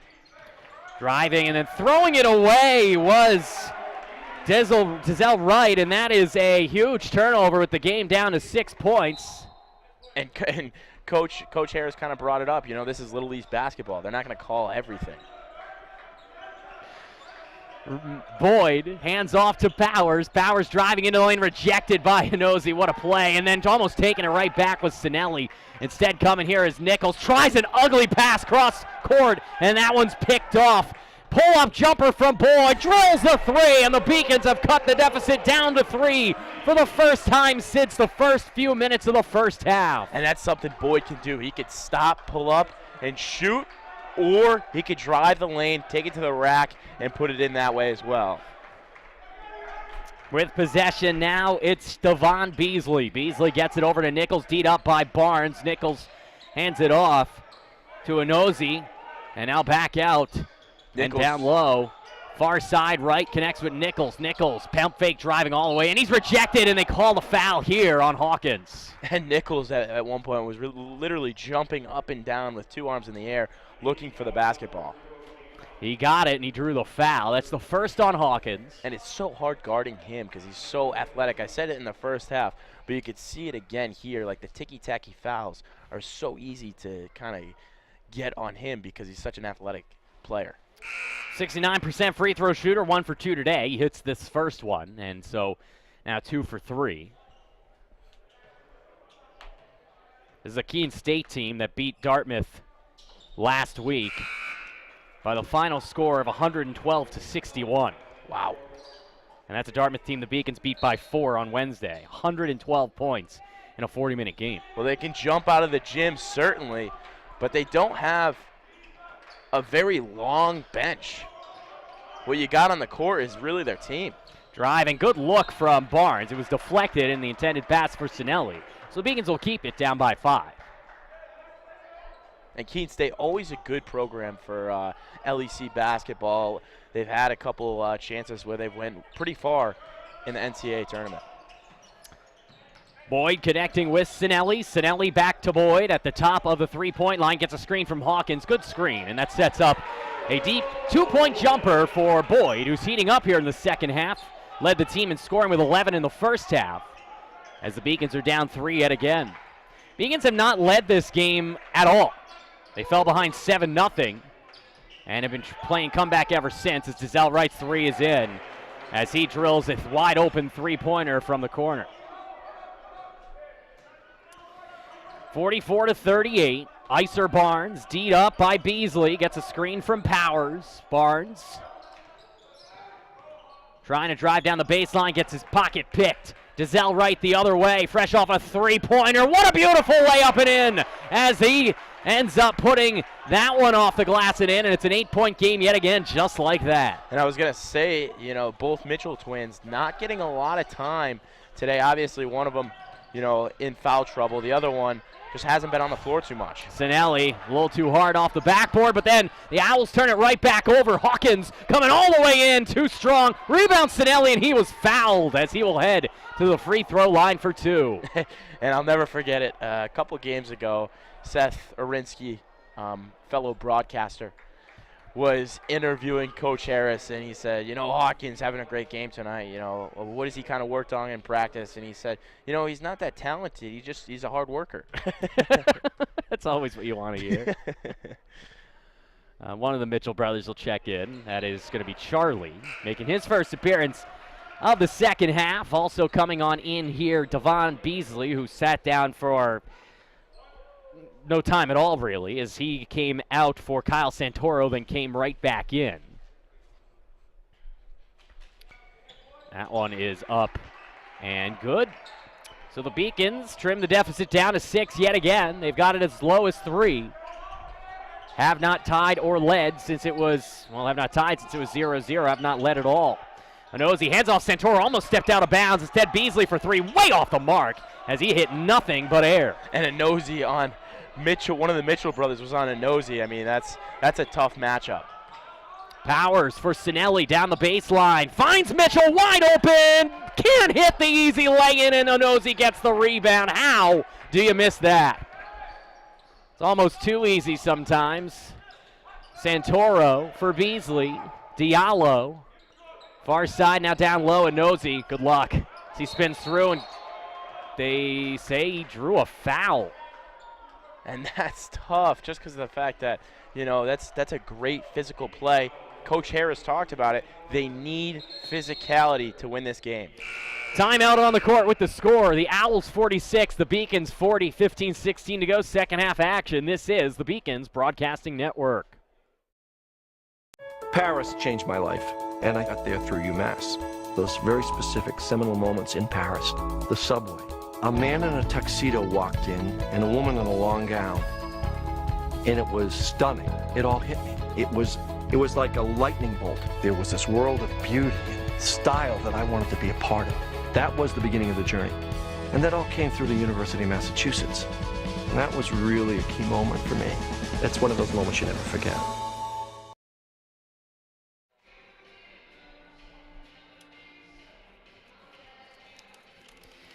Beacons trailing now 46-40, 15-16 to go. They'll be back at it against Southern Maine at 7:30 p.m. on Wednesday, before a couple of road LEC battles against Rhode Island College and the top team in the conference, Eastern Connecticut State. Beacons having already lost Eastcon by 26 at home. The Beacons have found success at times this year. They're 3-3 in the conference, 9-8 overall. It's just been that inexperience and inability to maintain the success that has been slipping through their fingers. But the Beacons down by 6 against Keene State. We'll watch Diallo inbound it. Taken by Onozi, tries to go right in. That's a travel and a half. And they're going to call a jump ball, and the ball will stay with Keene State. Look like a travel. Thanks for turning me back on here. Sometimes personal responsibility. You're right there. It's overrated. You're right there. Ooh, that was interesting. Diallo almost lost the ball in the corner as he was inbounding it. Instead, he gets it inside here to Dizelle right handoff for Santoro, right back to Dizelle. Dizelle drive with the right hand, flying like a bird through the sky, and the rebound to Inozier, and he puts it right back in. And you can't get the rebounds. It's not going to be easy. The Beacons just don't have the size to compete with the 6'6" Inozier. They don't have the size, but Coach Harris will not take that for an excuse. He hates hearing that, you know, you just have to play a different way. And sometimes having Sam Freeman from last year would be very beneficial to this team, but we can't talk about what ifs. Nice look from Boyd to Sinelli, and Desom puts it up and in. So the lead back down to 6. Around the horn they come. Dizelle right finds Beasley. Devon Beasley from long distance, rims out, and Hawkins gets the rebound as he was able to box out Santoro. Charlie Mitchell, 14-15 to go, second half of play. Still very much a ball game. Beacons down just by 6 points. Sinelli, nice crossover move, takes it in. Nice no-look feed. Down low for Powers, and he draws the foul on Diallo. So the Beacons looking to cut this one down even further. Nice play by Deson Sinelli. Yeah, beautiful play by Deson. I mean, there's nothing that says, you know, he's pretty good with the basketball facilitating, and you need a guy, especially when Mitchell is out with 4 fouls. Powers first from the charity stripe is off front rim and out. And the substitution, we'll see Miguel Prieto come in for Devon Beasley. I have not seen Nichols in there now for over a minute, and the Beacons have to take advantage of that fact as Powers hits the second. The Beacons are within 5. Santoro right back to Diallo, and now Prieto will be the one to bring this one up. Miguel tied up, and a foul on UMass Boston. And that one is going to be on Mitchell. Second on Charlie.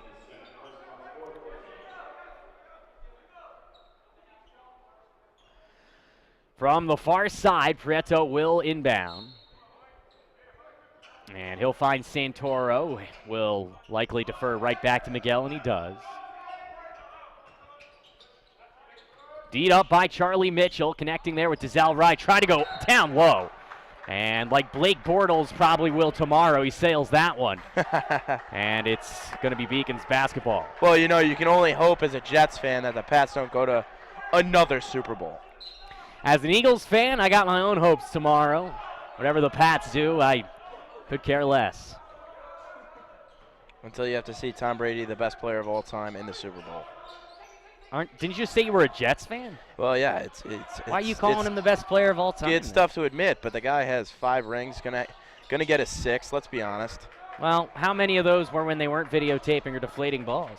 As this behind the back pass is taken in by Diallo, we'll leave the NFL to the so-called experts. As Santoro's three-pointer is up and good. That's a huge 3, and the lead for Keene State balloons to 8. And right when UMass Boston really brings it within 5, they really have a good chance, you know.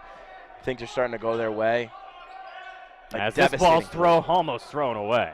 A devastating 3 by Keene State. Powers driving. Mitchell. Hawkins fakes the pass.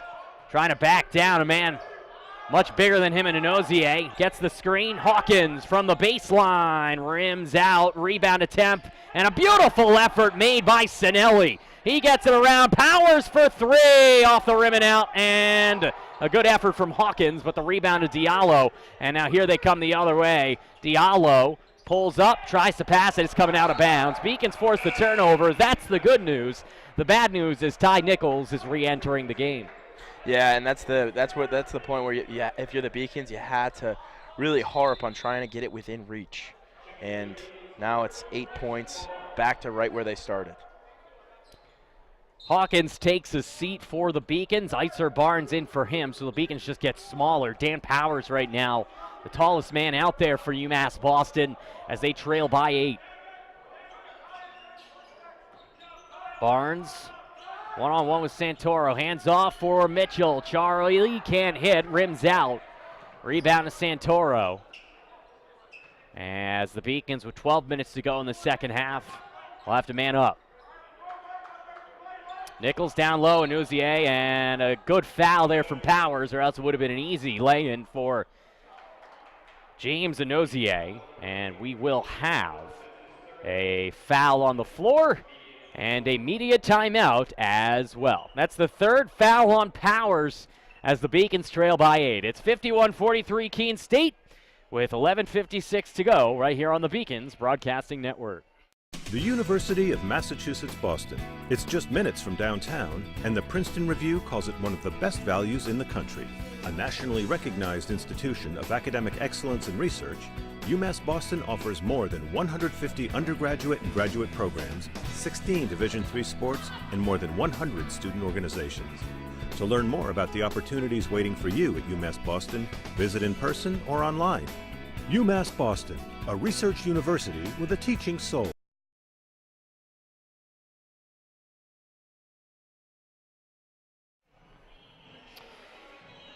UMass Boston trailing 51-43. John Skudras along with Steve Witkowski as the Keene State Owls are looking to improve to 12-5 overall, 6-1 in the Little East Conference. That would move them into a tie with Western Connecticut State. We don't have yet any update on the out-of-conference scoreboard as the Beacons' rivals continue to play across the region.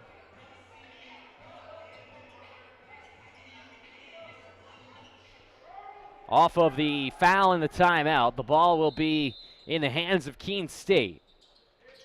As the Owls look for an inbound, connecting there with Nichols, driving down the baseline. What a move, as he can't finish, but he's got such great body control to even get that shot away. Here's Powers, handing it off for Barnes. Barnes out there, handing now to Boyd, and an offensive foul on Icer Barnes as Nichols draws it. And the Beacons turn it over again, and that is now 6 fouls with 11:43 to go, as then every foul from here on out on UMass Boston will lead.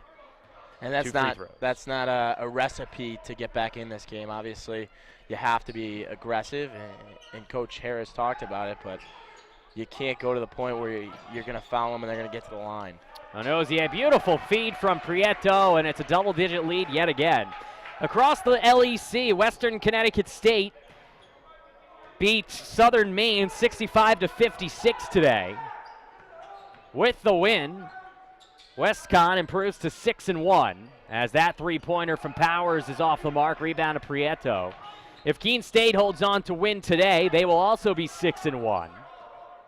EastCon, which beat Rick 61-49, maintains their pole position at 7-0 in the conference and 15-2 overall. Meanwhile, Dartmouth beat Plymouth State 100-78. So Southern Maine is now 1-6. They are the 7th place team in the conference. They're who the Beacons will host on Wednesday at 7:30 p.m. here on the Beacons Broadcasting Network. So if the Beacons do lose this one, at least they do have that matchup against Southern Maine to potentially get back to 500 in conference. And they did. They did beat UMass Dartmouth, which they were kind of, in the middle of the pack with them. But these two top teams, Eastern Connecticut State University and Keene State College, are just, they have very, very good teams. They do. And here's the thing about it is, in the LEC tournament, you want to get in the top half. You don't want to be one of those teams in the bottom half that's going to have to play those road games. Exactly. And so with the win over Dartmouth, as that ball's airballed by Charles Mitchell, with the win over Dartmouth, no matter what happens here in this game, the Beacons will hold the tiebreaker over Dartmouth at both teams 3-4 in the conference. As that's a beautiful pass from Prieto to Santoro, and the Owls are digging in here with 10:37 to go. We have a timeout on the court as things again lopsided yet again. It's 56-43 Keene State here on the Beacons Broadcasting Network. Celebrate the soggy shoes and the slow starts. Celebrate the lessons learned along the way.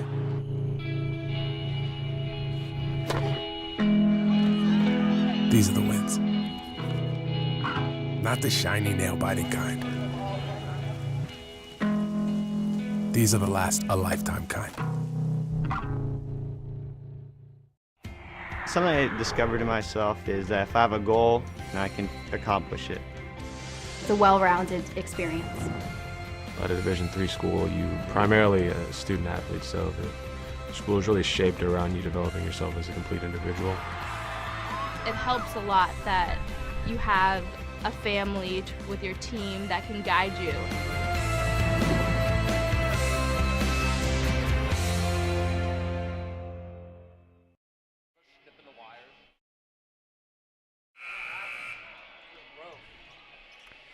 Welcome back to the Beacons Broadcasting Network. Along with Steve Wachowski, I'm John Scourgis. UMass Boston trailing now by 13, 56-43. Boyd bringing it up. He's out there with Powers, Sinelli, Hawkins, and Charles Mitchell. Powers for Charles, driving with the right hand. Looked like a foul to me. No call on Olsen. And now coming back the other way. Nichols from Santoro. Driving by Sinelli all the way down. Good block from Powers. Prieto driving down the baseline with the right hand. Finds right. Right fakes the pass Santoro. No look feed Prieto from long range. Off the mark. Comes out of bounds. And they're going to say off of Olsen. So the Beacons do gain possession.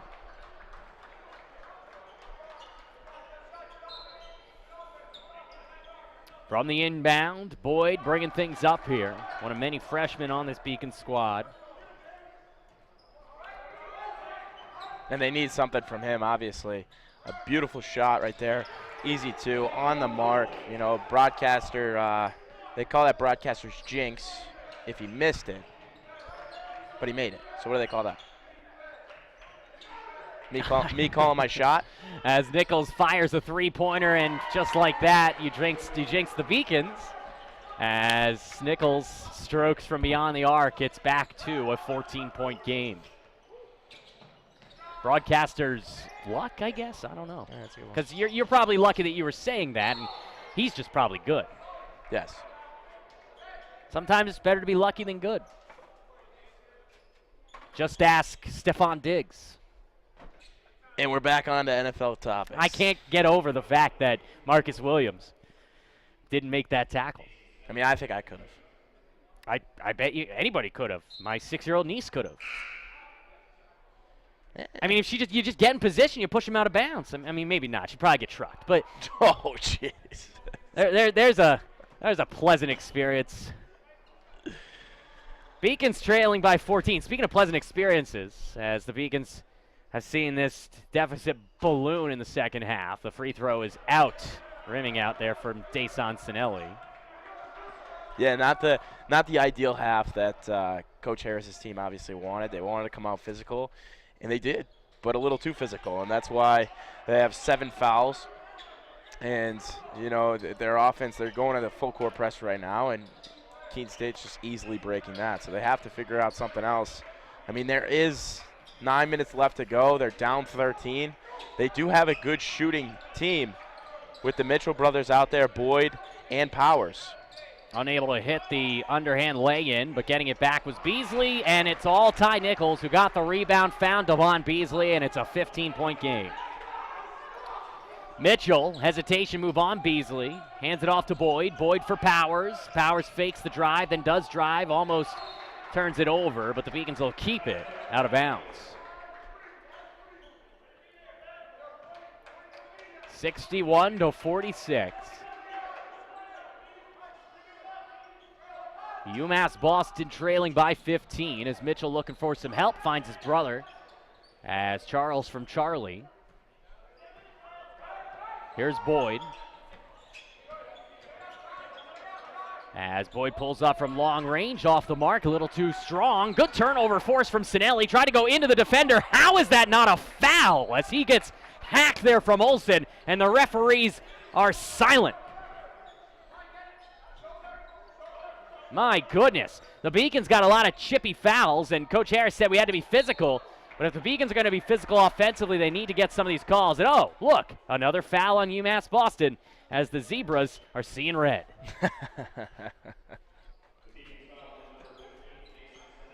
Yeah, not helping them out on this side of the court. But, you know, they were physical, and it hasn't turned out to be beneficial to the Beacons. First free throw from Nichols is off the front iron and out. Couple subs, and Uzier coming on in. Right now, the Beacons trailing by 15 points. They had cut the deficit in the second half down to 3, but things have gotten away from them here. They have 8 fouls against them compared to only 3 for the Owls. Like to see the Beacons try to drive a little bit more, try to draw fouls, but the referees haven't been adept at giving them many chances. And the Beacons also don't have the size that the Owls do. As Boyd looking for Charlie Mitchell, and now we do see a foul called on Dazelle Wright. Looking at the rest of the schedule for UMass Boston, I mean, it's all conference games. Kind of weird how it's set up like that. You know, a lot of different sports, it's usually conference games on Saturdays or conference games Tuesdays. Basketball's kind of weird because it gives you the out-of-conference games first. You sprinkle in a little bit of conference, and then it's just strictly conference games here on out. Yep, that's how it works at the D1 level as well. You often see that where you'll see some teams that start out 13-0 because they're all playing, you know, Poughkeepsie State, and then you end up playing your conference. Never heard of that school. Poughkeepsie State? Is that big-time crew school. Really? No, I made that up. I just know that one of these Keene State players is from Poughkeepsie. I know, it's classic. Appalachian State. Appalachian State. Wagner. Absolutely. Howard.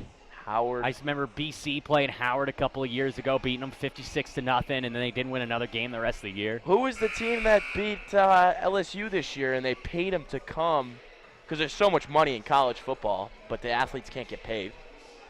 Troy State. Troy State, yeah. Troy State, though, has had some pretty darn good players. DeMarcus Ware, alum of Troy State.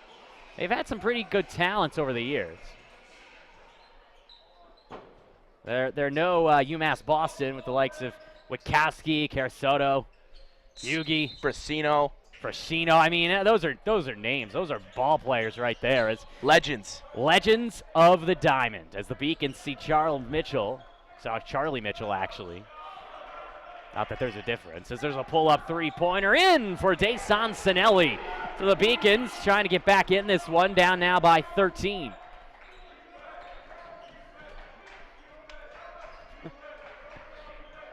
Beacons see Nichols with possession from the three-point. And see, Gigi Braga's our director today. She left to go do highlights of these games, and it's like the babysitter leaving the children.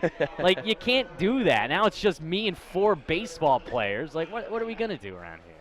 No Seth Oretsky, no Gigi Braga. I mean, talk about Troy University upsetting LSU. Yeah, talk about Troy. Talk about the NFL playoffs. Stephon Diggs trucking my 6-year-old niece. Just the picture of it, just the image of a little girl just getting destroyed by an NFL player. Like, it should be a commercial. As that one is up and in. And it is now a 15-point advantage for the Keene State Owls. We've lost Steve as the Beacons turn this one into an opportunity for offense as it goes out of bounds, but they will keep it. It has been a long day. I mean, looking back on the girls' game, I think it was a great basketball game. And, you know, they came in with a lot of intensity and a huge win for women's basketball. The free throw is up and good. So that was a foul on Keene State. So Charlie Mitchell will shoot some free throws. Yeah, it was a huge win. They won by 33 against a team that was 2-13 coming in, a team they had to beat. So the Beacons able to continue their momentum moving forward. I'm not trying to downplay it. I'm just saying it's a 2-13 team. I wouldn't call it a huge win as the Beacons move forward, and that one's kicked away. And Nozier, right place at the right time. Johnny on the spot is James as he puts it in, and the lead is back up to 15. Do we have an update on the men's hockey score? That pull-up jumper from Boyd is off the mark, and somehow Powers can't get the rebound. Nichols coming the other way, all the way up and in, as the Red Sea parts for Ty Nichols, and UMass Boston sees the deficit balloon to 17. We're going to go to a commercial break. When we come back, the conclusion of the second half of play as the Beacons trail 68-51. I'm the first undergraduate alumnus to lead this university. I'm very proud of that. I was literally able to transform my life because of the University of Massachusetts, and I want that for every single student that walks through the door.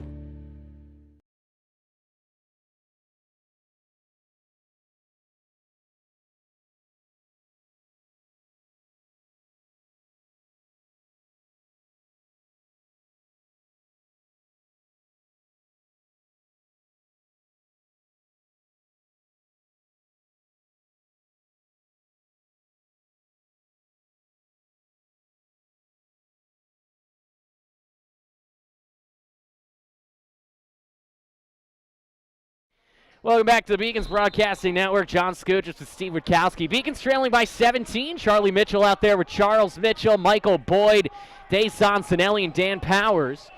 Good screen set by Dason. Full three-pointer there's off the mark from Charlie. Rebound to Powers. Boyd back to Charlie. Pump fake.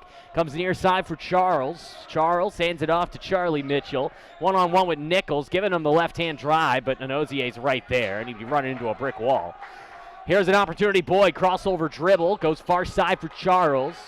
It's 10 seconds on the shot clock for Boyd. Boyd near side, Mitchell. Charlie driving down the lane. Far side for his brother Charles for three. Drills it.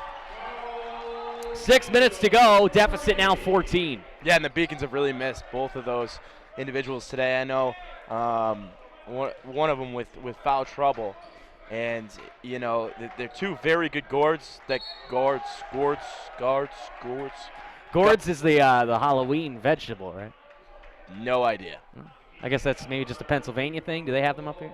No. Carasoto, I need your assistance. He doesn't know. He doesn't know. No idea. Guards. Are you from Pennsylvania? I am. Where in Pennsylvania? I don't know if I want to be stalked. Yeah. Bucks County, Pennsylvania. Doylestown, Pennsylvania originally. Sounds like the middle of nowhere. No, it's a suburb of Philadelphia. It's about 40 minutes from Philadelphia. It's definitely not like Lancaster cows and buggies country, but it's not Boston, as that one's intercepted not once but twice as Nanosier throws it out to Boyd. Charles for three, and Charles is in charge as the Beacons have cut the deficit down to 11. A little bit of life here. Maybe if we just talk about random things, that's what will cause them to come back, as the Beacons have stemmed the tie that saw them down 18, and now it's 11, picked off as here comes Boyd, and he will lay it up and in. The full court press forces a mistake from Nichols, who walks off the court dejectedly on another timeout here for the Keene State Owls. The deficit is down to one digit. It's 68-59. Keene still on top right here on the Beacons Broadcasting Network. I did receive a non-athletic scholarship upon entering school. I got the presidential scholarship, which was huge for me. I think there's more opportunities for academic scholarships in Division III. I did receive academic scholarships. Just being involved on campus, being a leader, all those things combined kind of get me recognized. It's a great experience for me.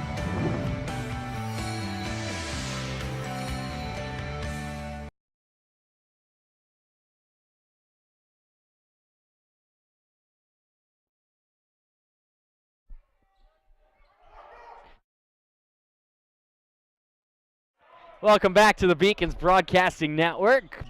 Beacons have trimmed this deficit down to 9, and they're going to get called for a foul there. Powers thought it was a clean block, but the referees disagree, and so foul shots coming up for Devon Beasley. Yeah, and this is the toughest situation where you just take a timeout and immediately put the other guy on the line. It's the fourth foul for Dan, so one more, and he is hitting the showers as that free throw rims in, and it's back to a 10-point game with exactly 5 minutes remaining in the second half of play. Second is up and in as well from Beasley. UMass Boston trailing 70-59 as Charlie hands it off far side for Boyd. Back to Mitchell. Sinelli from Mitchell. Charles, crossover dribble on Beasley. Got him to get up and then turns it right on over. Devon Beasley all the way in, easy lay-in. And that's the way that cookie crumbles. Beacons had cutting this down to 9 points, and all of a sudden it's back up to 13. Here's Charlie, nice crossover move, and not able to hit as he tried to go right hand from the left side. As here's Dizelle Wright, nice move, and he makes it a 15-point game. So in 50 seconds, it went from a 9-point game to a 15-point game, and the Beacons now on their heels with 4 minutes to go. Boyd for Powers, and a foul on the court. Foul is called on Anozier. That's his second. And we have immediate timeout at 4 minutes. And we will go to a commercial break. When we come back, the conclusion of the second half with the Beacons down 15. Cheer for the stumbles.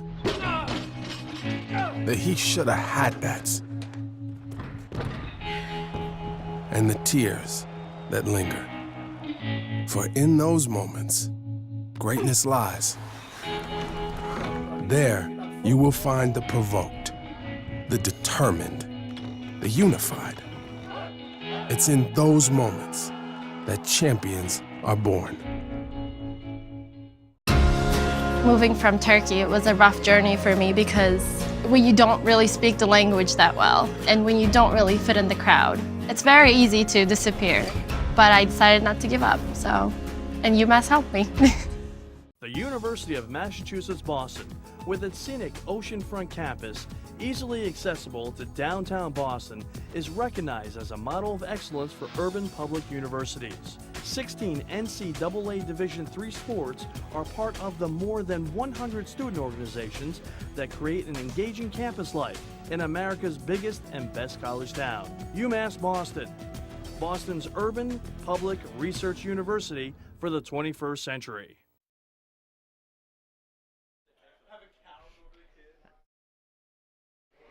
Welcome back to the Beacons Broadcasting Network. 15-point deficit for UMass Boston at the moment. 4 minutes to go as Boyd hits the first free throw. Beacons got this game down to 3 points. They were down by as many as 13 in the first half. They were able to trim the deficit in the second half, but were never able to get any closer than 3. They never led this game. They fell behind 7-0 at the start of the game. Topsy-turvy first half where the Beacons cut it down to as little as 5 as there's a big foul as Beasley gets crushed. They already lost one player due to a head injury. Beasley's head hitting near those benches, but he looks okay. Yeah, that's something you don't want to see on both sides. I mean, this game, obviously, down by 13, 4 minutes left. You don't want to see injury come about at this time. Jordan Haywood in the first half was down due to a head injury for 15 or so minutes and was taken away in an ambulance. No update on him yet, as Beasley's first free throw is true.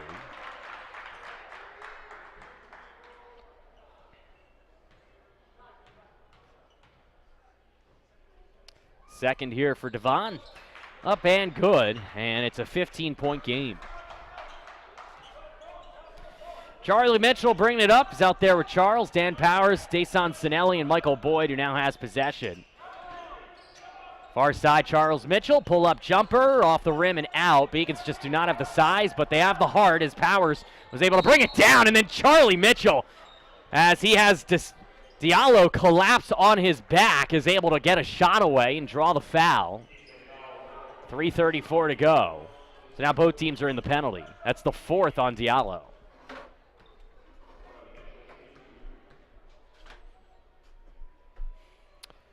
First free throw up and good for Charlie Mitchell as the Beacons try to get back in this one. And looking ahead, the Beacons come back to their home floor against Southern Maine this week. And we talked about it. That's going to be a big game, a big tilt for them. And the women play Southern Maine as well. That was almost a backcourt violation, not once but twice. And instead, here's Anozier, a freight train coming in on Mitchell. And that is an offensive foul, and it had to be because Anozier was way out of control coming on in. Talk about trucking. Absolutely. Charlie Mitchell, He's listed as 5'10", 140.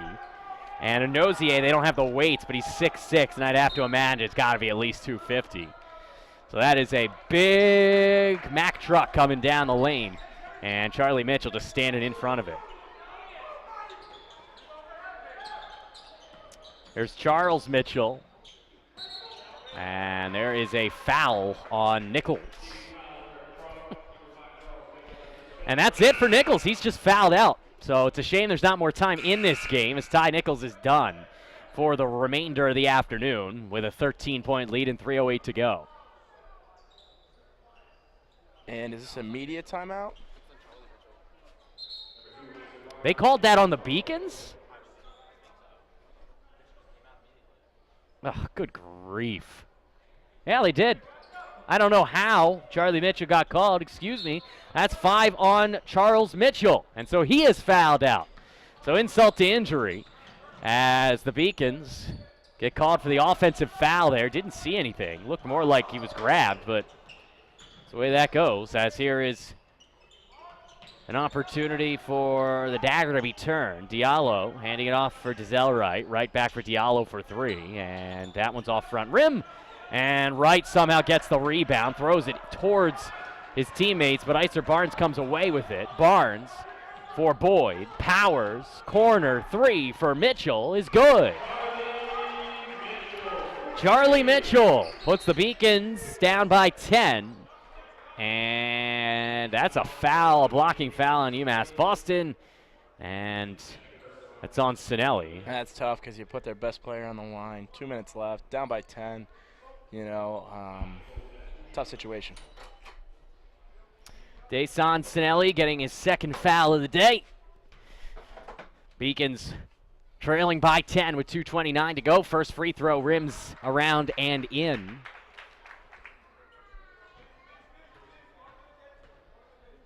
Second from Nichols, rims out.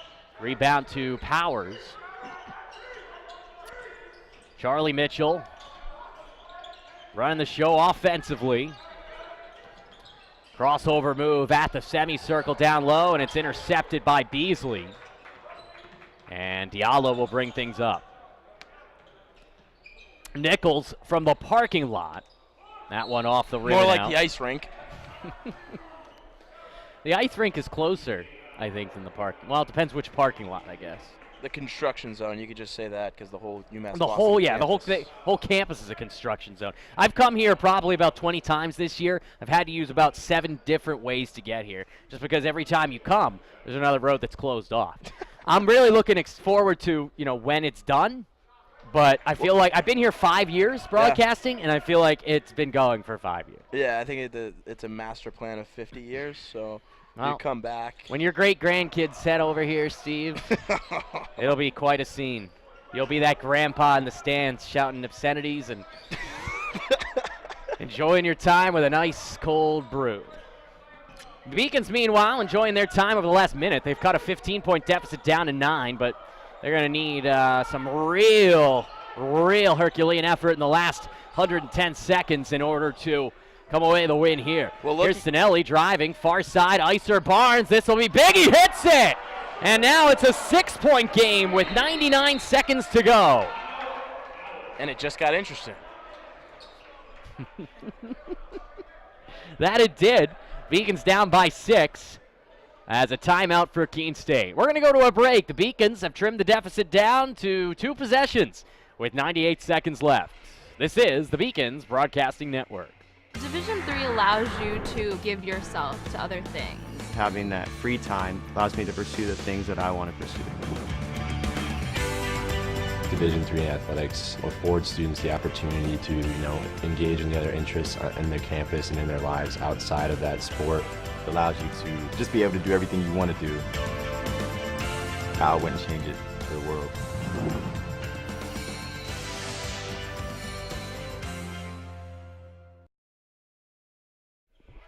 Welcome back to the Beacons Broadcasting Network. A lot of construction going on across UMass Boston. It makes things difficult getting in, but Rome wasn't built in a day. And as the Beacons men's basketball team is showing, it's a process, and you have to trust it. Joel Embiid. Great guy. Don't tell that to Rihanna. As here is Nichols from midcourt. Nichols D'd up by Barnes, driving with 89 seconds to go. That one almost turned over. Dizelle right, turns it over. Taken away by Boyd. 68 seconds left. Beacons down 6. This possession critical. Barnes on Beasley, near side, Sinelli driving into the lane, can't hit it. And rebound to Nichols, and that is going to be tough to overcome. And that's a heartbreaker for a Beacons fan. I mean, come all the way back. We talked about it. They were down 16, 15, 14, something like that. Just couldn't get the touch in the end. Keep going. You would eventually get it. I believe it was 16. The most, that is, that they were down. And it fluctuated a lot today. This was a back-and-forth roller coaster ride of an affair. And junior James Morgan is going to get a chance to get a little sweat as the Beacons see the Mission Hill native come on in. And, you know, we talked about my grandkids and me being in the stands and stuff like that. My goal is for this place to go D1 so I could be like, yeah, I played D1 baseball. Oh, with an asterisk. Yeah, that one is up. No one would know. No one would know. It's just like, yeah, I played D1 baseball. Yeah, absolutely. I mean, could happen. That second one is up and good. I mean, no doubt. It's always possible. Beacons down 8. Nope. Beacons down 79-71, 38 seconds to go. That jumper is up and good. It's a three-pointer, they say. It looked only like a 2 to me, but the Beacons are now down 5, 32 seconds to go. Full court pressure, and now they're going to have to foul as Iser Barnes is the guilty party on Diallo.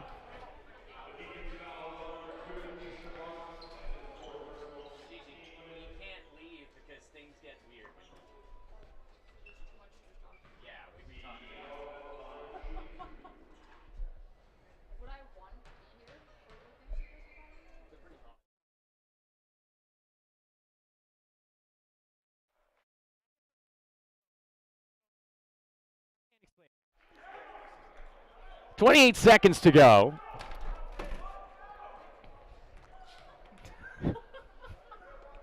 (79-74). Second free throw from Diallo is in, so it's still a 2-possession game. Beacons needing to move quickly and get some help. Charlie dishes it out for Barnes for 3, off the rim and out, and that should do it. So the Beacons made it interesting. They kept it close, but things are going to go, barring some sort of Herculean event, the way of the Owl.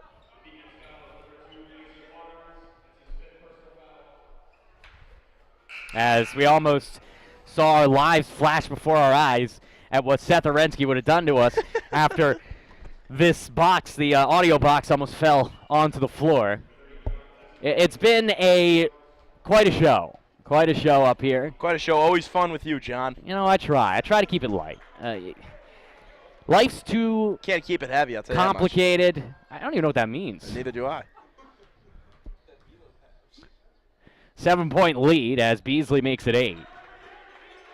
Stay tuned. I'll talk with Jason Harris. Something tells me he won't be quite as chipper as we are up here in the booth. Beacons on their way to another defeat as they will fall at 500. That one up and in. 6-point game with 5.4 to go. And the Beacons will just, I think, let the clock run out, and they do, as the Beacons fall by the final of 82-76. We're going to go to a break. When we come back, I will be speaking with Jason Harris. Beacons lose to the Owls 82-76.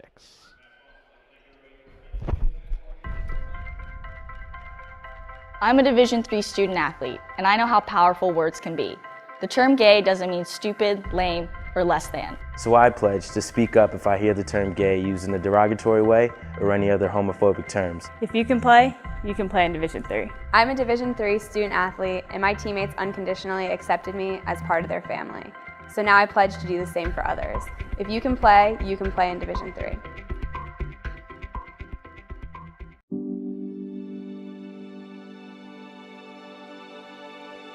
What separates UMass Boston from other schools is the fact that a large percentage of students commute. For me, it takes 2 hours each day to go to and from school, but every second has been worth it because the students that come here are serious about learning, they value their education, and understand where it'll take them in the future. This is what UMass Boston means to me. UMass Boston was my first choice because when I came to the campus, I saw that there was a lot of diversity, there's a lot of people. Here there's a lot of international students, so it's really cool to meet people from different countries, different parts of the world. I'm Julia Murphy, I'm from Canton, Massachusetts. I'm Olivia Murphy, I'm from Canton, Massachusetts. We're sisters. We're sisters. I play volleyball and she plays basketball. Here they have a freshman success community. So each major has their own community that you can join as a freshman, and you take classes with them, you do study groups with them. So it was really helpful getting to know people in your major right away. So in health exercise science. Welcome back to the Beacons Broadcasting Network. Along with Jason Harris, I'm John Scudras. Coach, 6-point loss, 82-76. Tough Keene State team that you played. What's your overall perspective on this one when you look back at it? Tough Keene State team that we played. Again, we got to play more solid for longer. Again, just a couple lapses, and with a team that's this good, you got to play a full 40 minutes, and we just didn't do it and didn't get it done. You guys have a young team this year. You've looked good at times. You've struggled at times. Is that to be expected from a team with so many freshmen? If that's the excuse you want to give them, we're young, but I don't look at like Mike Borden, Charles Mitchell, and some of those other guys as freshmen. I mean, they're playing 30 minutes a game. We're now in game 19. I'm sorry, you're not a freshman. So some of those freshman mistakes we can't have. Like, we need them to be sophomores now. And, but yeah, we're young, so we're inconsistent and we're average. That's why we're 9-9. Absolutely. Probably sick of using that as an excuse. And on this Wednesday, you guys get Southern Maine, a team in the bottom tier of the Little East Conference. You guys have to take care of business there in order to hold off Dartmouth, who's coming up behind you guys for third place. What should we expect for you guys on Wednesday? Hopefully another physical game. I think we're starting to get our physicality and our identity. It hurt us a little bit today with the amount of free throws we gave up. I can't talk to you about Southern Maine right now. I don't know. I'm more focused on us. So hopefully you see a better showing from us, more consistent and closer to 40 minutes than tonight's 32. All right, Coach. Good luck. Thank you. Coach Harris, obviously showing a bit of disappointment after a loss today. His team will be back at it on Wednesday against Southern Maine. We'll be back here on the Beacons Broadcasting Network.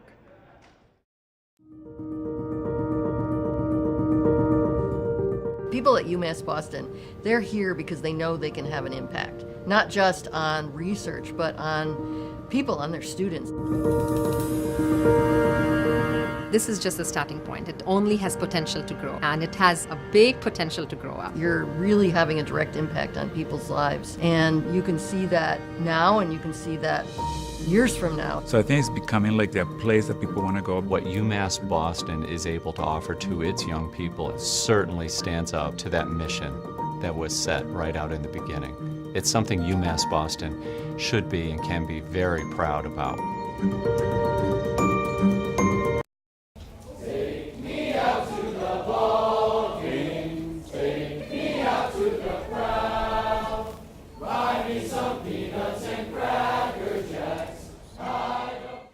The UMass Boston Beacons baseball team, who went 23-15 this year and have consistently been a leader in their conference without having a home field to play on.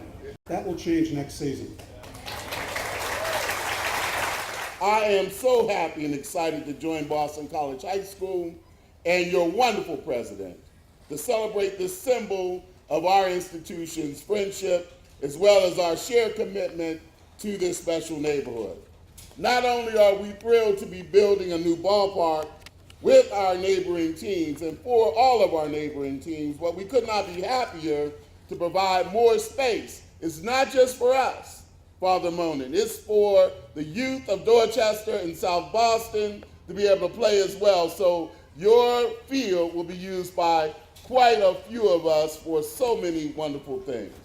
But my hope is that the sound of the bat, that's so irresistible to us at Fenway Park, will echo through this field and will call further together the academic communities of BC High and of UMB, but especially that it will call together the youthful neighborhood communities of boys and girls who are awaiting it so eagerly. I can't wait to put those shovels in the ground. Thank you.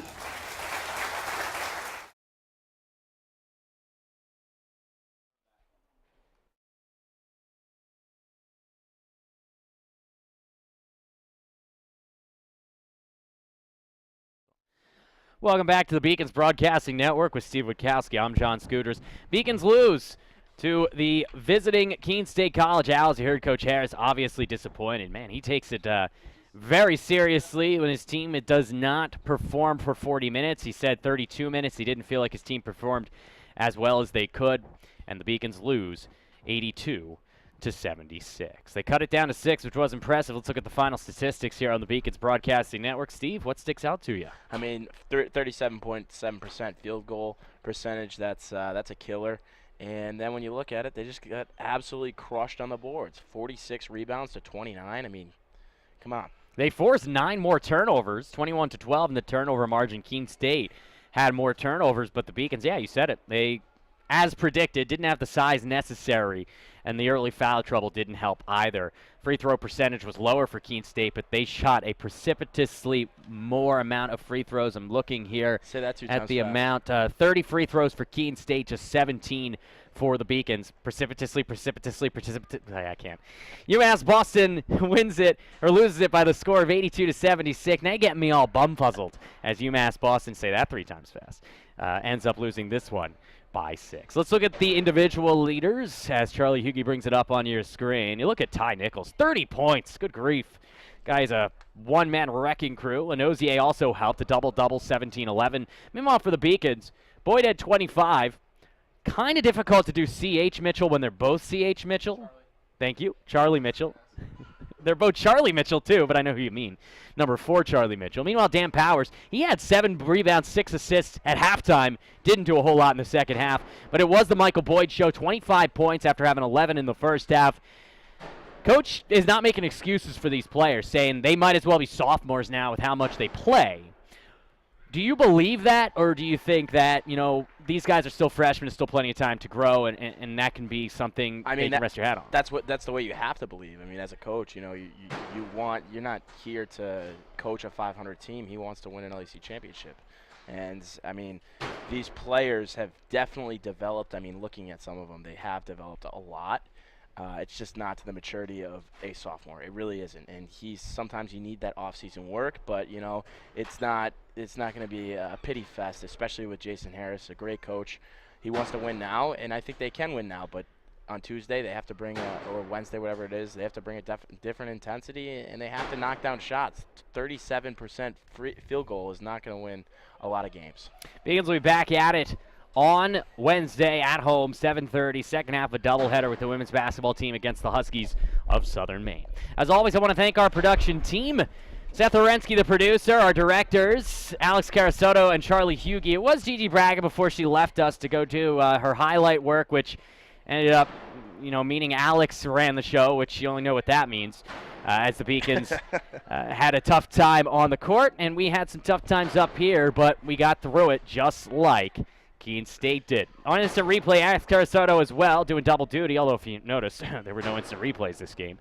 The camera operators, Josh Gerson, Sal Frashino, Lara Roman Castro. For Steve Witkowski, I'm John Scudras. Good night, good luck, good basketball. We'll see you next Wednesday. The Beacons take on the Huskies right here on the Beacons Broadcasting Network.